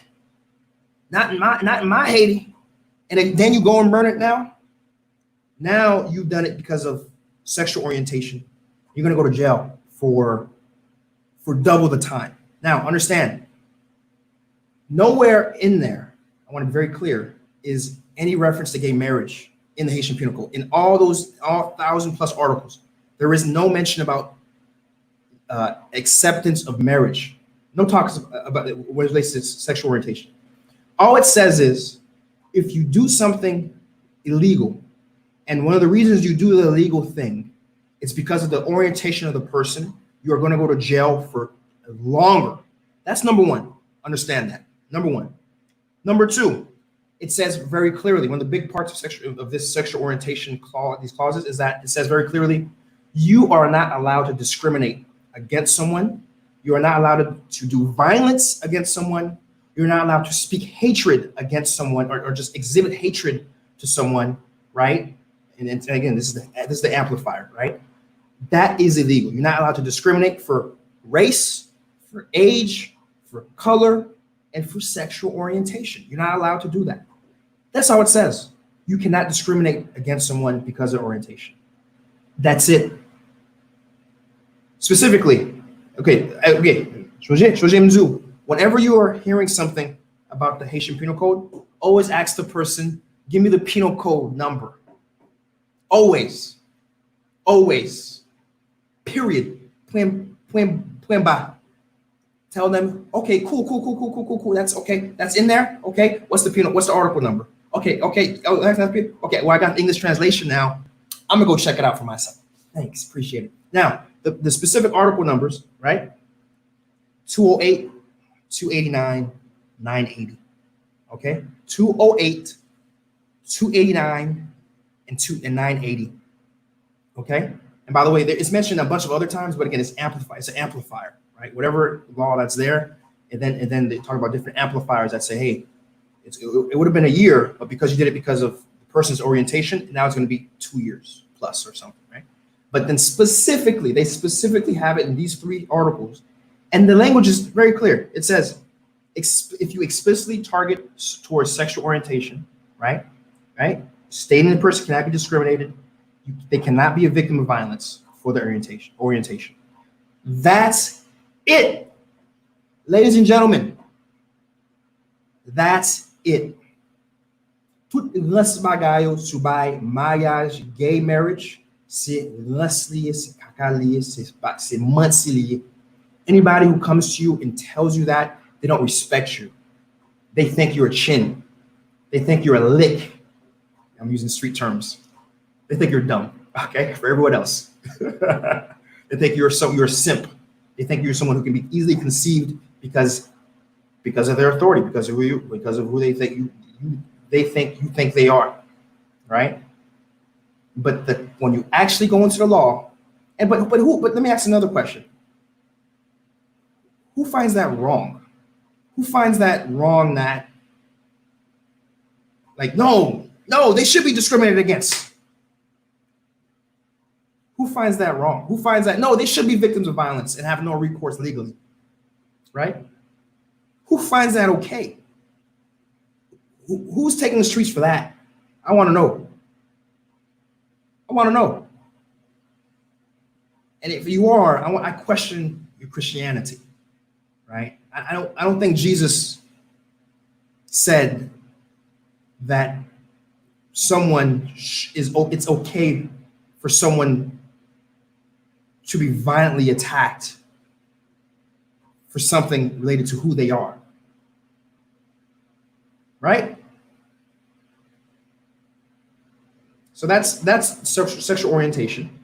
All right, so let's be clear. And when somebody asks you in the future, hey, there's gay marriage in there, you can say, no, it isn't.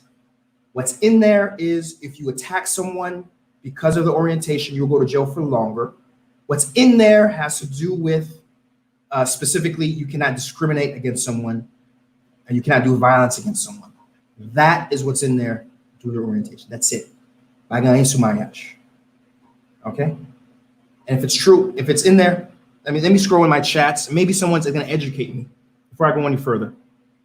Here we go. Clooney Etienne, il dit que, ok, voilà, il répète, il copy-paste article 289.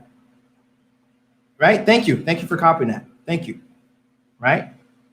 Thank you. Right? So let's keep going. Right? Our articles 275, 277, 304, 305, 471, right? This is from the petition that was online. There's a petition online, and they specifically cited 275, 277, 304, 305, 471. And they said the new penal code lowers the age of the majority to 15 years old. Okay. So let's go to the first one they cite. Article 275. Article 275 says 15 years is referenced as a modifier, right? It doesn't lower. All it says specifically is there's a specific law that in 274, it's just by the 274. It's an addition to 274. And in 274, it says if you mutilate someone's labia, okay? Women, you guys know the labia. If you mutilate someone's labia, right? You're going to be sentenced, right? 7 to 10 years. Follow me? Now, if you mutilate someone who's 15 or younger, I think that's a fair age for a minor. 15 or younger. Okay, am I saying it wrong? Labia. You know what I'm talking about? A little sexual thing down there, right? You're going to go to jail. Instead of 7 to 10 years, you go to jail for 10 to 15 years. That's the modifier. So let's stop for a second. They cited 275 as lowering the age for the majority, when the law specifically is modifying and saying very clearly, hey, someone's a minor at 15, and if you do something, 15 or younger, and if you do this specific act to this person, you're going to go to jail for longer.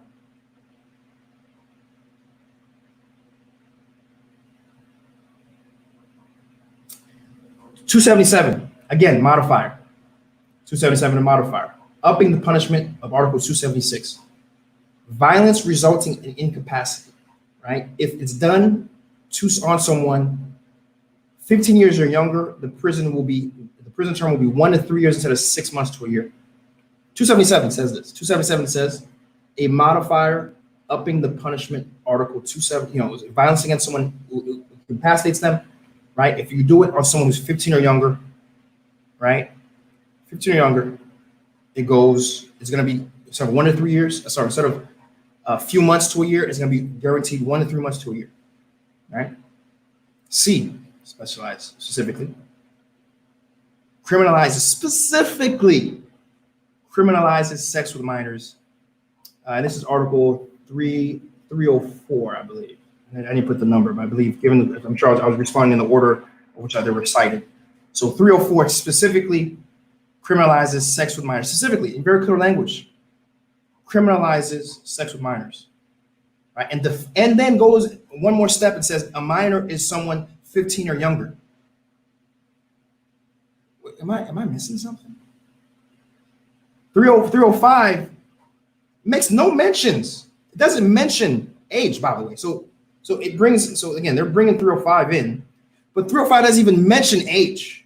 It simply says, hey, incest is illegal. Incest is a criminalized activity. Incest should not be a thing y'all should be doing. That's 305. And finally, 471 specifically criminalizes child sex, right? That's a big one, right? The big one is, oh, it's child pornography, child prostitution is legal. What? 471 specifically criminalizes child sex in clear language. Child sex is illegal, and a minor is considered 15 or younger. Now, we can have a conversation for sure. We can have a conversation and say, wait a minute, well, I don't know. I feel like 18 should be a minor. I feel like 18 is the minor age, or 16, right? We can have that conversation. 18 is the age where I feel like, you know what, things should be amplified. If you do something to a 17-year-old or something, you know, anything to a 16-year-old, I feel like it should carry the weight of doing something to a 9-year-old or an 8-year-old. Cool. Let's have that conversation. But don't flip it. Don't flip it and say, yo, yeah, you know, it's legalizing child prostitution. Where is it saying that? What are you talking about? Let's keep on going, right? And I'll read the comments in full in a second, right? This is kind of where I got tired, right? Because at this point, I was like, people aren't reading folks aren't reading it, right? So right here at 468, 468 says specifically, we reject 468 of the Penal Code, which facilitates the consumption of alcohol in children under 15 years of age.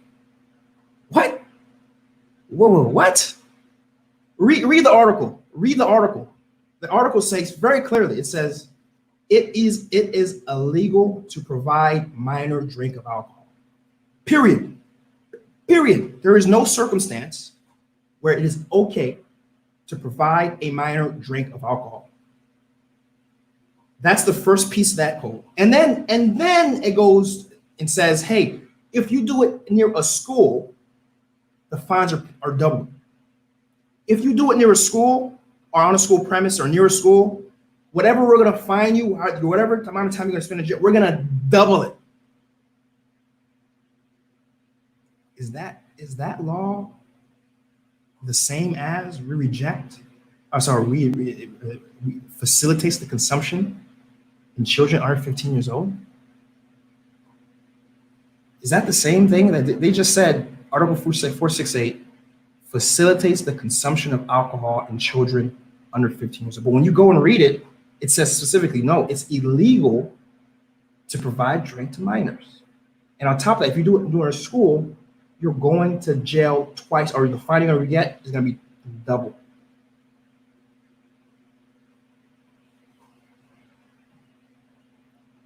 My guess is this, guys. I think in their twisted world of how law works, something should not ever be mentioned, because if it's mentioned, it somehow provides it legality.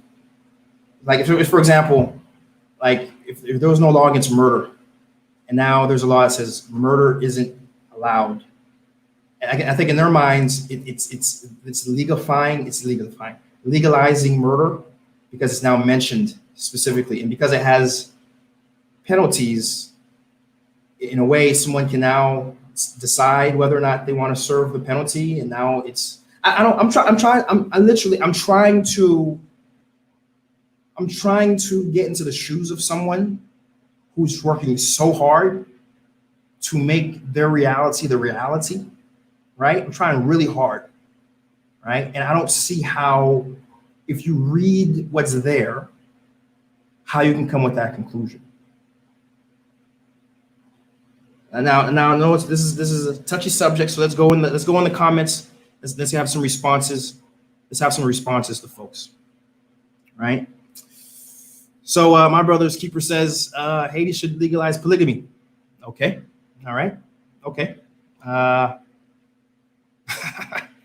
It's a free country. Folks can write what they want. I don't have to agree with it. Nancy Whitting says there should be laws against any sort of bigotry. Everyone should be protected, point blank. Okay, all right, okay. Farrah Jackson says, I don't understand laws. I didn't realize Farrah Jackson was a Haitian lawyer. She's telling me I don't know, I understand laws. I take back my apology, you crazy wingbat. I take back my apology. You're even worse. This person's even a worse, crazy person than I thought. You know what I mean? It's like, because at least I gave her the benefit of the doubt that she didn't have it in English, and so that was it. But now she has it in English, and I explained it to her. She's tripling down on her crazy. Bravo, my dear. Bravo. Your son is special. Tony Etienne follows up and gave a copy and paste of that law.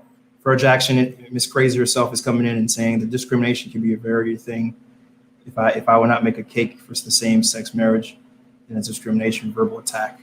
So you hear that, guys? Farrah Jackson wants the right to discriminate against homosexuals. I'm sorry for Ms. Jackson. I just said Ms. Jackson. Farrah. Okay, Farrah. I'm sorry, Farrah. I'm sorry that when you come to Haiti, you can't discriminate against homosexuals. Now, I'm sorry. I apologize.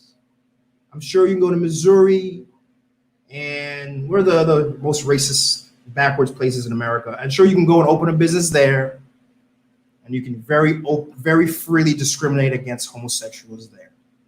I'm sorry, Haiti isn't a place where you can freely practice your anti-homosexuality discrimination. I apologize. You're absolutely right.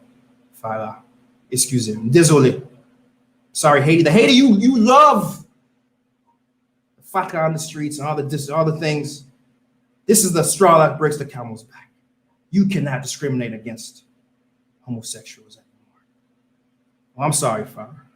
My apologies. Bus rider comes in and says, Article 363. Okay, this is the type of conversation I like to have. Bus rider comes in. Article 363 says, if you are to refuse an homosexual service, for example, pastor refusing to do service of a gay marriage, that a pastor is liable for 3 years in jail. Okay, muemesa.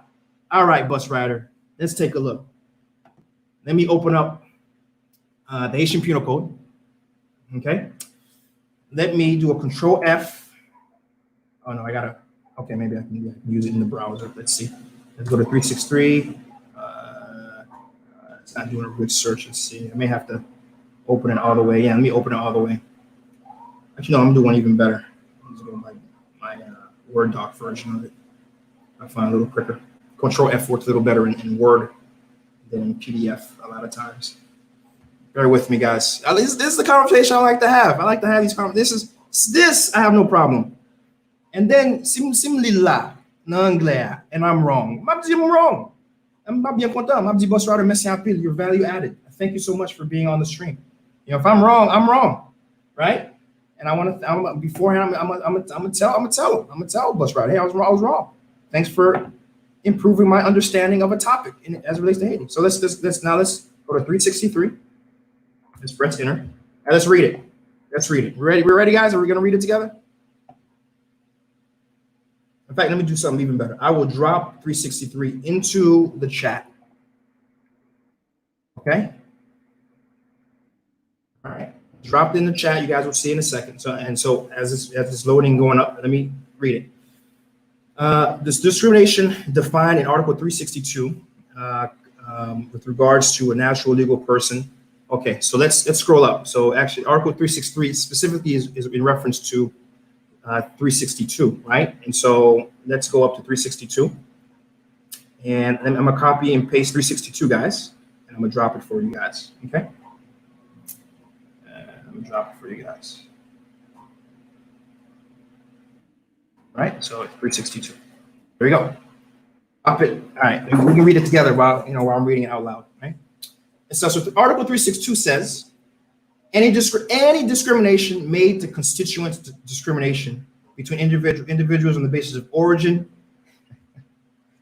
All right, let's read this word for word, guys. You hear me? You follow? Any discrimination made constitutes discrimination. Never mind, mouth. Any discrimination made constitutes discrimination between individuals on the basis of their origin, gender, marital status, their physical appearance, this word patronymic, right? Their state of health, their handicap, their genetic characteristics, their customs, their orientation. This is where the folks are getting, disagreement. Their age, their political opinions, their activities, their union, their activities union. Oh, activities union. So someone like who's in a, whatever union. Basically, it's a fancy union. So anyone who's in a union is can't discriminate against a union. Membership or non-membership. Truth or supposed. Say Google Translate. It's not going to be the best. Ethnic group, nation, race, religion, right? Discrimination is also a distinction made between legal persons on the basis of origin, sex, marital status, physical appearance, and everything I just mentioned again, right? Everything I just mentioned. All right, now let's stop. Messieurs, dames. Let me go back. Let me reread what Bus Rider said. Maybe I misread it. So Bus Rider says, if you refuse a homosexual service, for example, a pastor refusing to do service of a gay service let me just read it. A pastor refusing to do service of a gay marriage, that pastor is liable to 3 years in jail.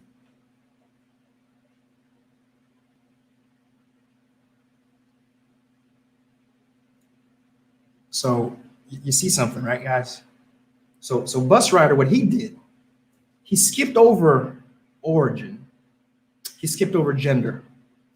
Bus Rider skipped over marital status, handicap. He skipped over physical characteristics, nationality. He skipped over race. He skipped over religion, right? He skipped over membership of unions. He skipped over political opinion, a political perspective, age. He skipped over all that. That's part of that law, right? He skipped all of that, but focused specifically on the orientation aspect and said, you know what? This law says specifically, if I can't discriminate against a gay person, I can go to jail. And I don't like that. That needs to be struck out. That's what Bus Rider is saying.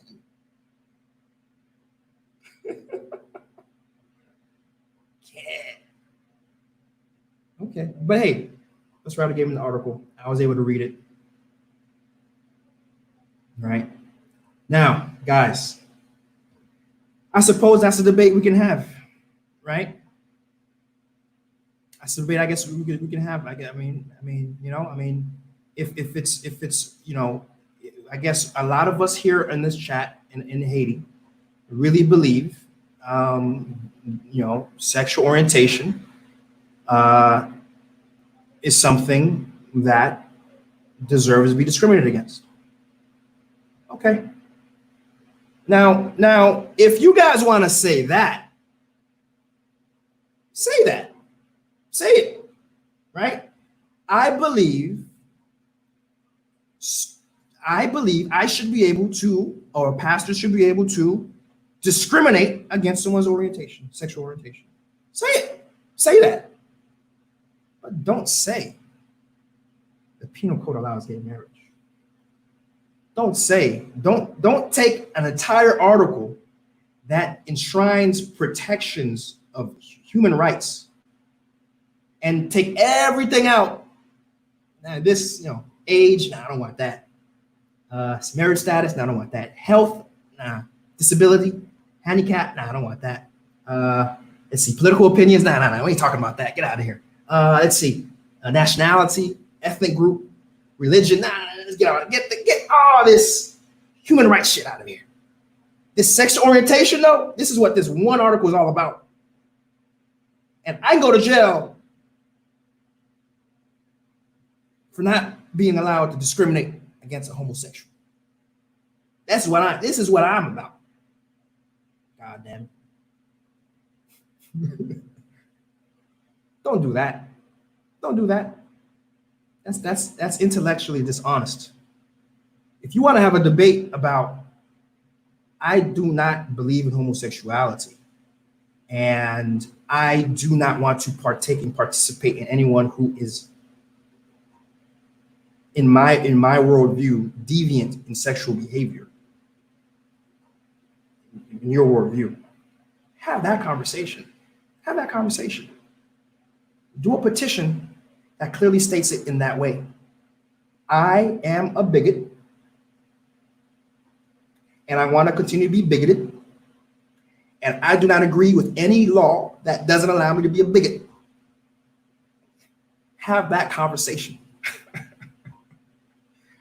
But don't change the penal code, which is something that, again, we had this penal, the old penal code, 1863 is when it was promulgated. 1863. Last time we were on air, we talked about how it modifies because one of the reasons why there's so many people in jail in Haiti, where you have cells that are made for 2 people, and they fit. And if you do a Google search on Haiti prison system, you'll see a video where there's 20 people in the prisons in that prison cell. Is because there's no such thing in Haiti as probation, right? There's no such thing as bail. There's no such thing as ankle bracelets. There's no such thing as home arrest. There's no such thing as the only thing you can do to somebody in Haiti is take them to jail for something. That's it. There's no such thing as, well, they got into a car accident. What they did was it was car related. So how about we just take their license away? Well, this person did something deviant in terms of being a lawyer or a professional. So how can we'll just take their license away?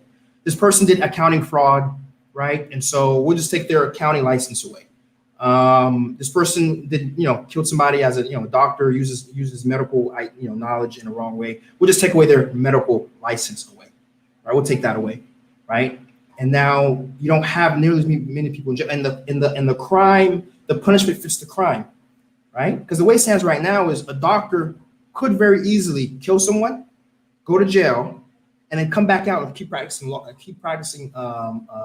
being a doctor, right? Because their medical, that's not a way to punish someone. You can't take away their degrees away or their licenses away, right? And so the law updates a lot of the way we practice law today, which will help with the massive inhumane conditions of the judiciary, right? Now, you can have a conversation and say, well, if Jovenel knew he was going to publish this, why did he then, in the budget, the national budget, decrease the judiciary budget or line amount by a good amount, somewhere around 20-ish% or so, relative to the budget? They got less of it, right? Because the budget itself shrunk just because pay lock and the fact that we're collecting revenue. The budget shrunk, but just as a percentage of the budget, more of it went shrunk. It shrunk by more of a percentage, right? Very complicated, I know. But still, you can have that conversation, right? Have that conversation. But don't have a conversation and say, Article 362, 363 says it makes it illegal specifically for homosexuals. No, Article 362 protects and enshrines human rights, right? You have a degree of rights, and you can't be discriminated for who you are. And that's what that law is saying. That's what it's saying, right? Now, again, if you want to have a conversation about your beliefs, and you don't like certain people, and you want, because of your dislike of certain people, you want them to, experience very bad things in your hands or in the hands of others, have that conversation. But please don't say you're for progress of Haiti, and then we have one of the most important critical advances in the way the Haitian governance is done, gets updated. Your argument is nonsense. We're adults. Have an adult conversation. Have an adult conversation, but don't do that. Let's keep going. Let's see what other folks are saying here in the chat.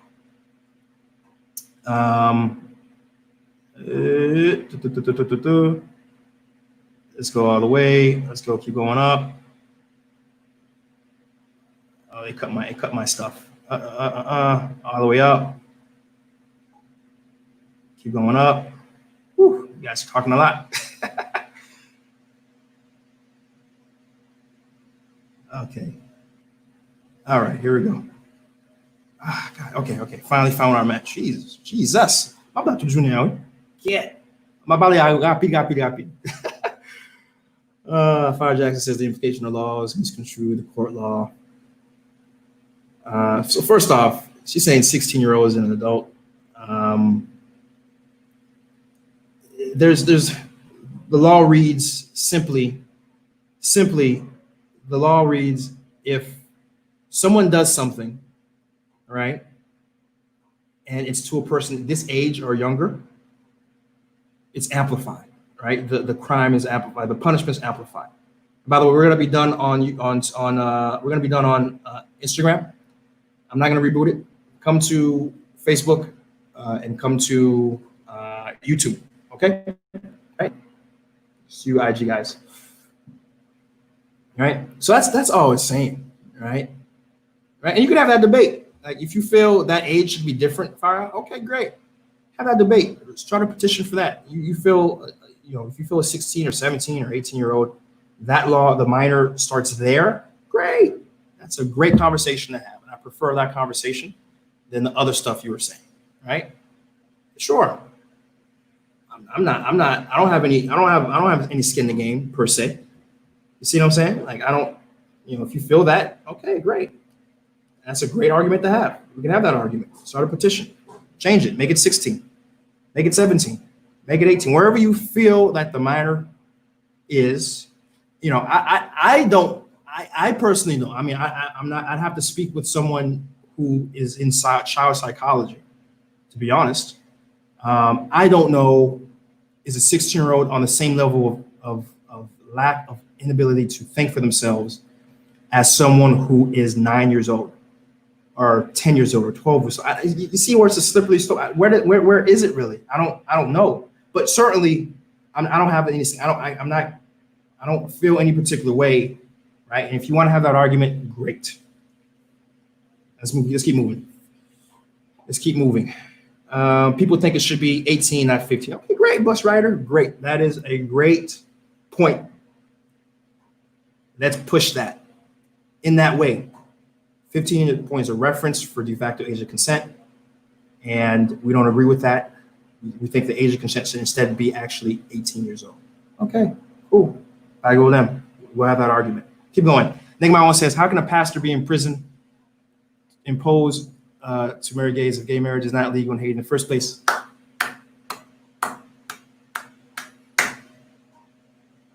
Nigma one, bien soisi nomen. Nigma one hit it round the nose.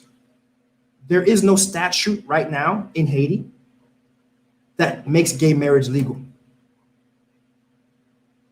Even if a pastor were to marry to a man and man, or a woman, and they take it to be registered at the DGE would not accept it because there is no law specifically that says that is allowed. So when you hear someone saying, wait a minute, a pastor can't, and this discriminate, Nigma hits around the nose. There isn't. Let's keep going. Amana Bay, minor 15. I don't get it. Age majority is 18. I think we covered it. In law, a minor person is a person under a certain age, usually the age of majority, which legal I can't say that word. Delineates probably what you want to say, right? I know what you're trying to say. Democrates. Why? It's an easier word, man. But you know what I'm saying. Basically, it's a line of definition between adulthood and childhood. The age of majority depends upon the jurisdiction application, but it's generally 18. Please note, this is Haiti, not America. A 15-year-old Haiti is not a 15-year-old in America, right? So a lot of us believe 18 should be the age that amplifies laws, and is the point where it should. Okay, cool. Have that debate. Put that petition out. That is an acceptable argument to have, and it's okay. It's okay. It's all right. You got none but love for me. If that's how you want to talk about the issue, great. Let's talk about the issue that way. That's a higher degree conversation we're having, right, than what we're having before, right? So it's okay, cool. I appreciate it. Thanks for stating your opinion, Amaray. That's cool. All right. Fur Jackson says penal code has Jim Crow tendencies. Open your eyes.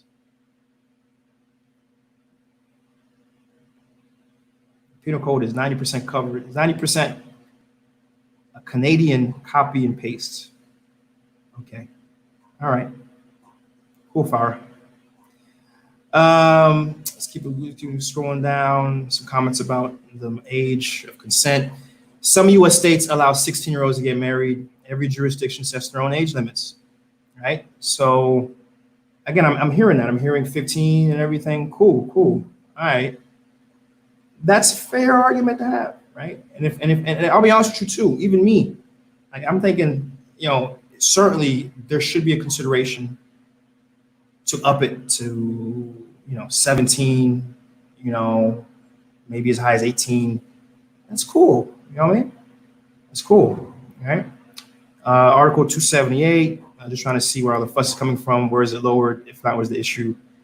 Yes, in Quebec too. Amaray, great. Amaray says, hey, it's 16, right? And so it's weird. How did they got 15? Great points. Ator says, hello, it's my first time here. We're talking about the Haitian Penal Code. It changed about 2 weeks ago. And so I released the English translation for folks because there's been a lot of confusion as it relates to it. And so that's what we were talking about just now, right? And so I'm just going through the comments here, right? Just to see what folks feel, are responding to. Very critical issue. We cannot look at Haiti through the eyes of the U.S. We have to make our own. Let's see. Let's scroll all the way down. Quebec. I find it crazy. You can join the Army 18. You can't drink alcohol at 21. But he's talking about that. Age of marriage, 18 years old. Females 15 under Article 133. A man before the age of 18 and his woman. Okay, great. So APL actually provided the article. Thanks for that. I'm not going to read it, but fantastic. These are the conversations we need to have. And this is how we should be phrasing these conversations, right? I do not agree that the age of 15 is an acceptable age of consent. Here's the article that says it. Here's what I find disagreeable about the article. Bravo. We're having a mature, intellectualized conversation that can actually move the stick.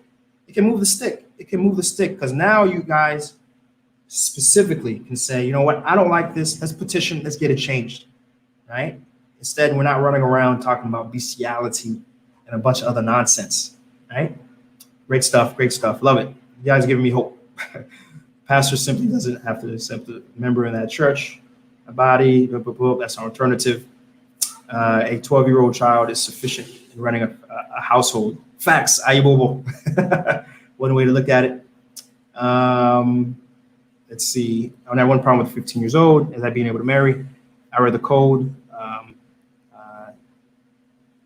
I think we talked about it, right? It's a nuanced term where basically they are treating age 15 in effect as an age of demarcation, demarcation between those who can consent and those who can legally not consent, right? And again, you can argue against that. You can argue whether you believe it or not, right? Oops, I didn't mean to do that.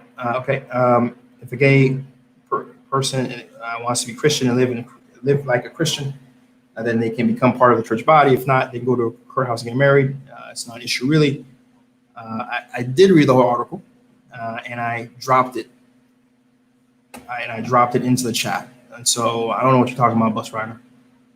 Right? Okay. Because I didn't read the penalties. The penalties are the penalties. I read what's going to trigger the penalties, right? So, okay. Strongly believe children should enjoy childhood as long as possible. John Revelation's pastors do not marry members unless they're members. Keep reading down. I read the whole thing. Okay. All right. Guy wants to live in his own world, I guess. Okay, cool. John Revelation. So why would a gay person walk in a church and demand someone pastor marry them? Great question, right? SeeJeanty, good conversation. Haiti's gonna move forward. It's these kind of conversations we have. You're absolutely right. Agree with you. Stop being Fox News. Read 363. I read it. Wow, you didn't read the whole thing. Tell me, drop the shot la pour tout le monde lire avec. Cool. All right. But yet they want to come to the United States who have the same laws, right? Right. The Haitian Constitution doesn't even outlaw slavery anymore. Someone changed their constitution. If you say so. If you say so.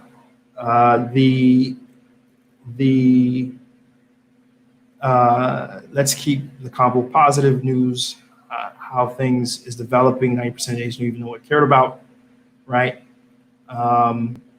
He needs also a Bill of Rights. It could even be a typo. They could have meant 18 instead of 15. They say 15 a lot. 15. They say 15 way too much to make it for it to be a typo. Sexual sex should relate to the age of a group, both individuals. Also, that's unbalanced power to parties at 15-year-old. And then Farah Jackson says, I knew the Haitian government didn't give competency to write the penal code. They just copied and pasted it. Let's have that conversation. Yeah, sure. Let's have the conversation. Right. But I'm okay with us copying a modern government's penal system. Because believe it or not, I'm going to shock you really quick, Farah Jackson. The 1863 penal code is a copy and paste of the French system. I know it's not an original African piece. It may surprise you, Farah. That's how it works, right? Most countries either they copy and paste the U.S. Constitution, or they, back when they were formed originally, back in the whatever 1800s, or they copy and paste the French Constitution, right? So the fact that in 2020 we're copy pasting a more modern Constitution, that's just how it works. 90 to 95% of all nations in the world right now, they're literally just copying and pasting another manifesto and running with it. I mean, hell, just the fact that we have a parliament, we have a parliamentary system, right? That is a copy and paste of another person's system, right? Haiti doesn't have a uniquely African fiefdom system. So if you're going to go that far and say, why are we copying a system? Then let's look at why did we copy the past system? Let's have that conversation, right? I don't get it. I don't get it. But let me say one more thing and we'll move on. And that's Aikondo's comment. Aikondo the Great. And when he says something, again, this is very similar to the same veins. It doesn't even say specifically, because it specifically doesn't say, the Constitution doesn't say, it doesn't outline. So first off, I have the Haitian Constitution saved somewhere on my computer. And I'm pretty confident. I'm pretty confident there's lines in there that protects basic degrees of someone not being able to outright own someone and sell someone. Right? I'm pretty confident, right? To the point where I really don't want to be charged with the chore of having to read entire Constitution. But see, that's why so many folks get away by saying stuff like that, right? Because they know most folks aren't going to read the Constitution. So they'll just say, well, the Constitution does not allow slavery. Really? Really do? Really? That's what you're going to get out of our Constitution, that literally says any person born in Haiti is a Haitian person with rights adherent to them. I mean, that's how our Constitution starts, right? Whereas the Constitution in America starts by saying Black people are 3/4 a person, and it's not until the amendment, what's one amendment that makes us not slaves except for when we're in prison? What is it? 14, somewhere around there, right? En tout cas, let's move on. Let's keep going. So in sum, I hope that has enlightened some folks. The link, which I'll share one last time. You guys can read for yourself. and read it in full. And don't be like Bus Rider. Don't take out everything within a particular section and just drop and just highlight the one that you feel you don't like, and then make that whole article about that one thing. Please, guys, don't be like Bus Rider. Be better than Bus Rider. So let's keep going. Venezuela, unfortunately, is now recognized as the poorest country in the Western Hemisphere. It's no longer Haiti. That title that always is attributed to us. The poorest nation in the Western Hemisphere, that is now Venezuela. 80% of their population is now living below the poverty line. Of course, in every year since 2012, they've experienced double-digit negative GDP growth, which is incredible, right? To put your wrap your mind around. And the worst part is, too, a lot of those with money or means have left the country. So that means the folks who left are the poorest who didn't have the connections or didn't have the money to leave the country, right? So very, very disappointing news. And the final thing I want to talk about has to do with the Dominican president. A lot of folks reached out to me and said, "Hey, SeeJeanty, we'd love to really hear your opinion about the Dominican president and what it means for Haiti." The short answer is I don't really know. I don't really know what it means because the guy hasn't really spoke much about Haiti. Hasn't really ever, in any controversially said anything about Haitians that I was able to find. And in fact, the fact that he's a chairman of a very large tourism body, tourism very much depends on the cheap labor that Haitians provide. If anything, he probably understands the need because Haitians in Haiti, you can imagine Haitians in the Dominican Republic are kind of like Mexicans in the United States, right? In the sense that they work very hard. They do the work that Americans don't want to do. And without them, a lot of parts of the American economy wouldn't work. Same thing in the Dominican Republic. Haitians do a lot of the work that Dominicans themselves don't want to do. And without Haitians, the Dominican Republic economy wouldn't work, right? And so he understands that. He's a very smart man. By the way, his name, I keep saying the president. So his name is Luis Rodolphe Abinar Corona is his full name, but he just goes by Luis Abinader. I hope I'm saying it right. Abinader is how he goes by. Comes from a very well-to-do family. In fact, he's part of two businesses. One is the Agri Group, Abico Group. Again, owns a lot of hotels and casinos. And again, the guy has money. And then also his family, it's a family-owned company. He's a vice chair of Cementos, which is a very large cement company in Haiti. Right, so the guy comes from money. And he went to Harvard and Dartmouth. He has Harvard and Dartmouth degrees. So, however you want to evaluate that, you can evaluate that. But certainly, he's a lettered person, lettered man, who has gone and graduated from the best schools in America. And additionally, he tested positive for COVID initially. He recovered since COVID negative. There's another interesting piece about him. The only thing he said officially about Haiti, shortly after during the campaign speech, basically he said that he does, very politician-y. He said that he wants to be very proactive in relations with Haiti. He wants fair trade for Haiti and Haitians. He wants to review the issue of nationality of the descendants of Haitian immigrants. That's all. He wants to review the issue. Nothing else. As you know, a lot of folks of Haitian descent were stripped of Dominican citizenship very recently in Dominican Republic. Most importantly, though, what this means for DR is that the PLD, which ran the country for over 25 years, they lost. And now his party, which is the Dominican Revolution Party, has won. And of course, one big reason why the PLD lost is because of the Odebrecht.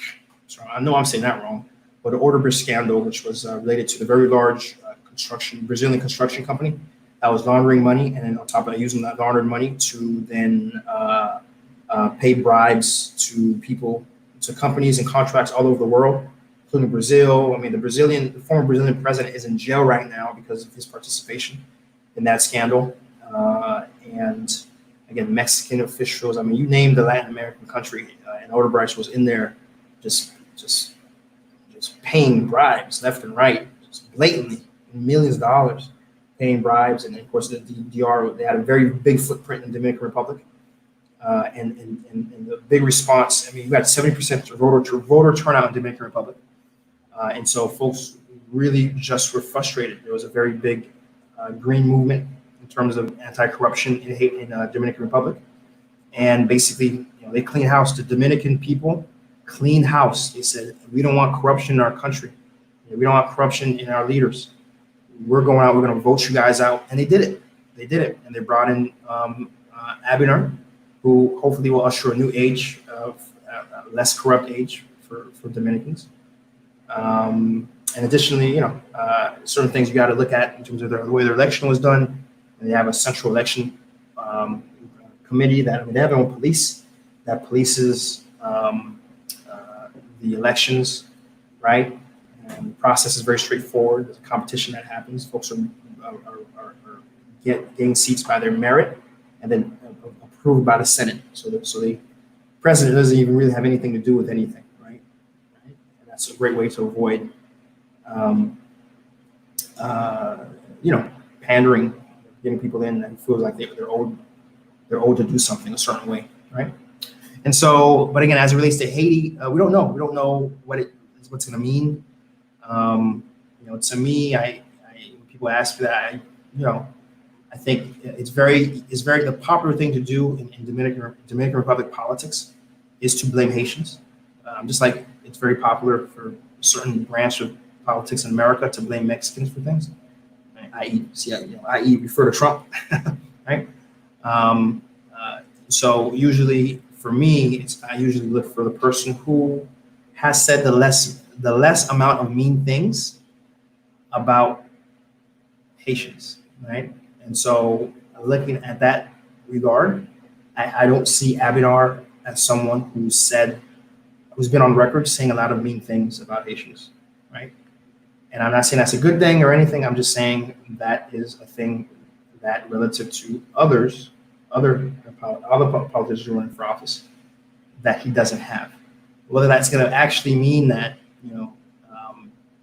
the Haitians in Haiti are going to be treated better, I don't know, right? I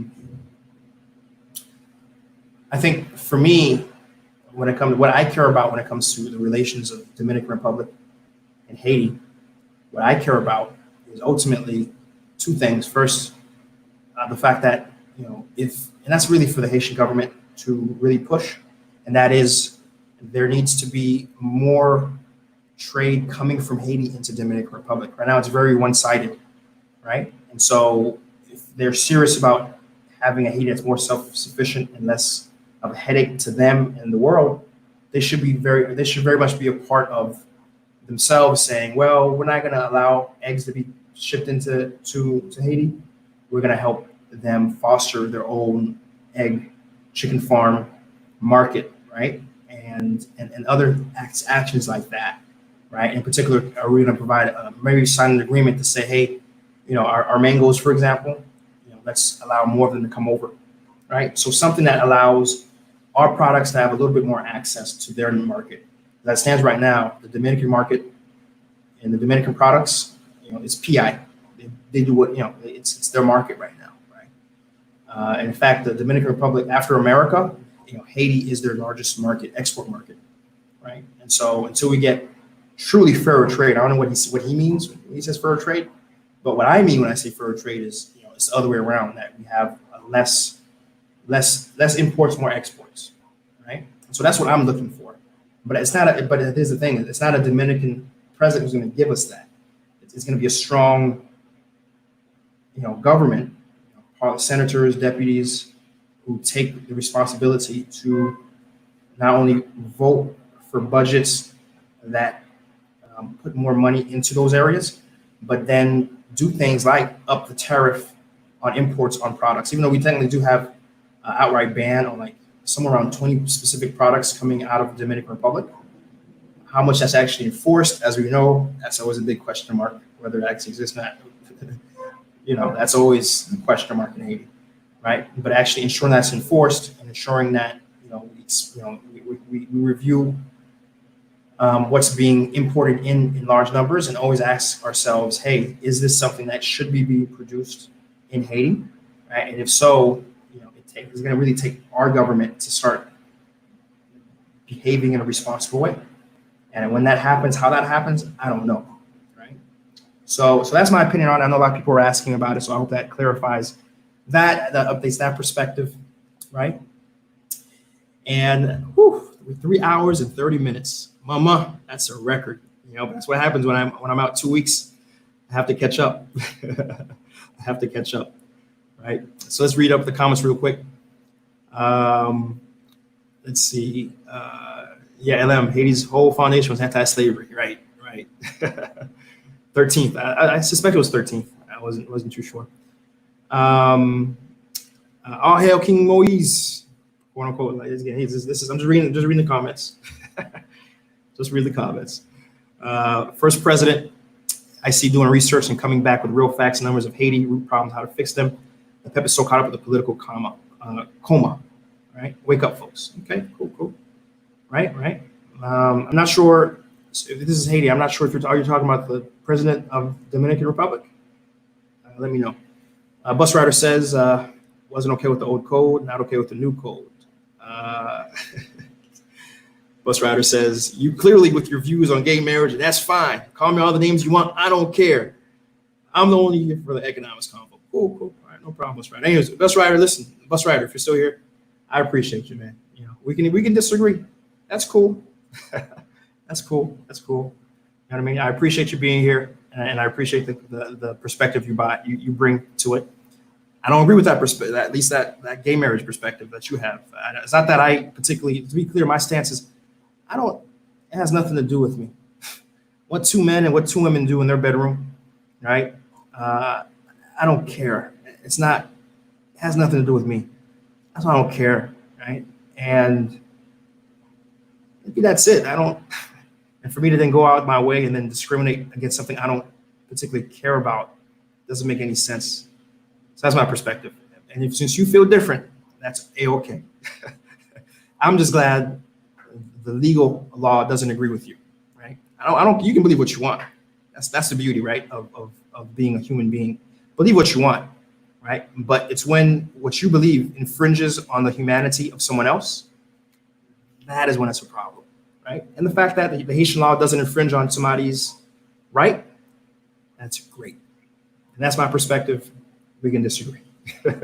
But bus rider, I do appreciate you nonetheless, right? And I do expect you to be back next week. I'm gonna be mad if I don't see you, right? This is Haiti says, at least the educated ones. Wow, Venezuela, very sad about that. Marie Tal says, maybe this forum isn't the time or place for bus rider. I think we just focus on getting the facts out there. I agree. Interpret the discussion later in your own groups. Okay, that's Marie Tal's perspective. Fire Jackson, thank you for setting this platform for the diaspora. Sir, I learned a lot. Respect you. Fire, I try not. You try not to be liked, but then you're likable. Farah, it's all good, lady. Good to have you in the comments chatting. It's all good. All right. Lawrence Gonzalez, what's up, man? Came in late. I know you probably watched the whole time. Good to see you, Lawrence. Lawrence is doing some great stuff. The Neighborhood Finance Guy on Instagram.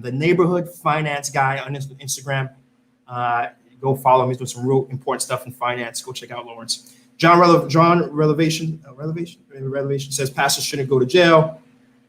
John Revelation, again,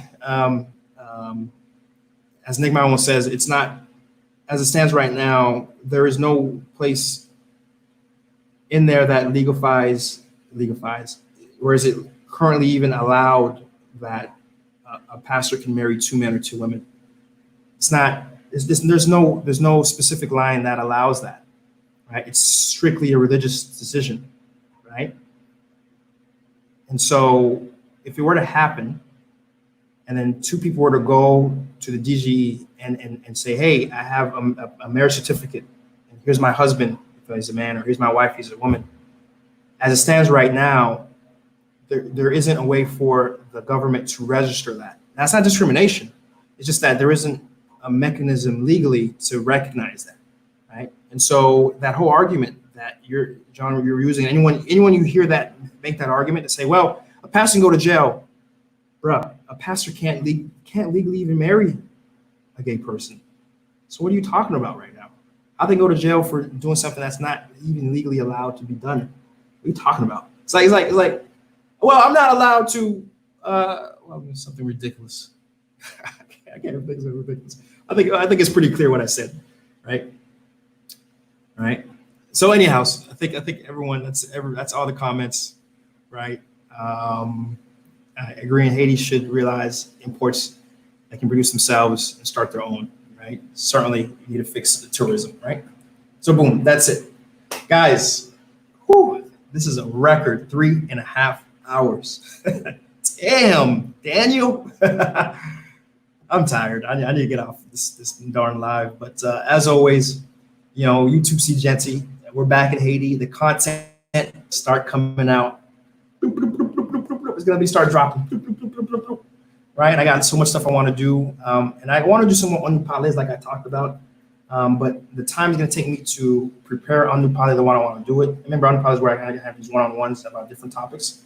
It's gonna take away from writing my book, and so a lot of what I'm gonna talk about anyway is gonna be in my book.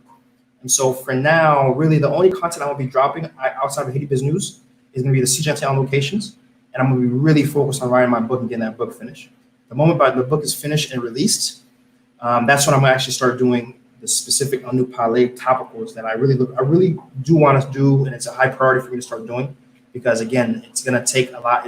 I want to be able to, just like I did with who's it, Jean Pierre or somebody asked me about Haiti and real estate, and I could just say, oh yeah, no problem, man. Listen, I got a 2-part video with a very good, competent, Haitian real estate lawyer.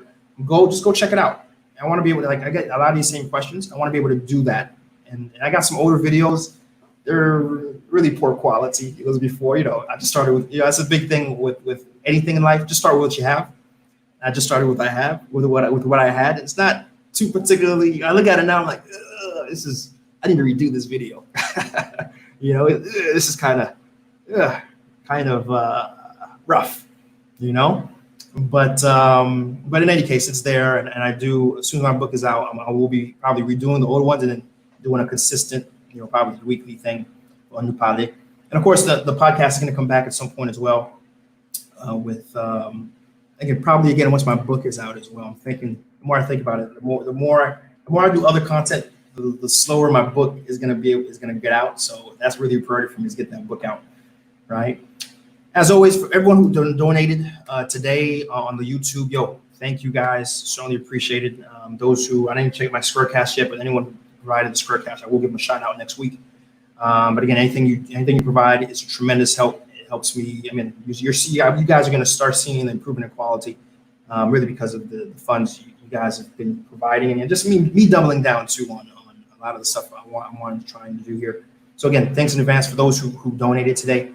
Or who may donate later or I haven't seen yet. And of course, those who share the stream, hats off and salute to you guys. I mean, today I had as much as, at one point I saw somewhere around 60 to 70 people on the live. What? That's impressive, right? For a guy talking economics and Haiti business issues, that's usually a boring subject for folks. Talking about legality and stuff, and get so many people on the live and consistently. The stream never dropped. At least because I see a total number. I see a number coming in from YouTube and Facebook at the same time. The stream never dropped below 40, 45, right, which is incredible. Right? That's usually the top line number. That was the minimum, the whole stream. So wow, hats off to you guys. Certainly appreciate it. Right? And listen, that's where we're gonna end it. 3.5 hours. I think I made up for not being here last week. What do you guys think? I think I made up for it, right? I think we're Gucci, right? We're good. We're even, right? I think so. Listen, guys, we're back Sundays, 11 a.m. Same time, same topic, same conversation. I appreciate everyone who participated today. Everyone who dropped a comment. You guys make this show special. Honestly, some days I think, man, I'm tired today. Some days I'm really busy. Some days I got a lot of other priorities I'm trying to juggle. But I still make that effort because I like this conversation. I like connecting with you guys directly, right? So again, I appreciate you guys showing up. You guys make it worth it. Your comments make it worth it, right? All right, guys, that's it. And until we're back at it again, we'll be back at it again. Peace.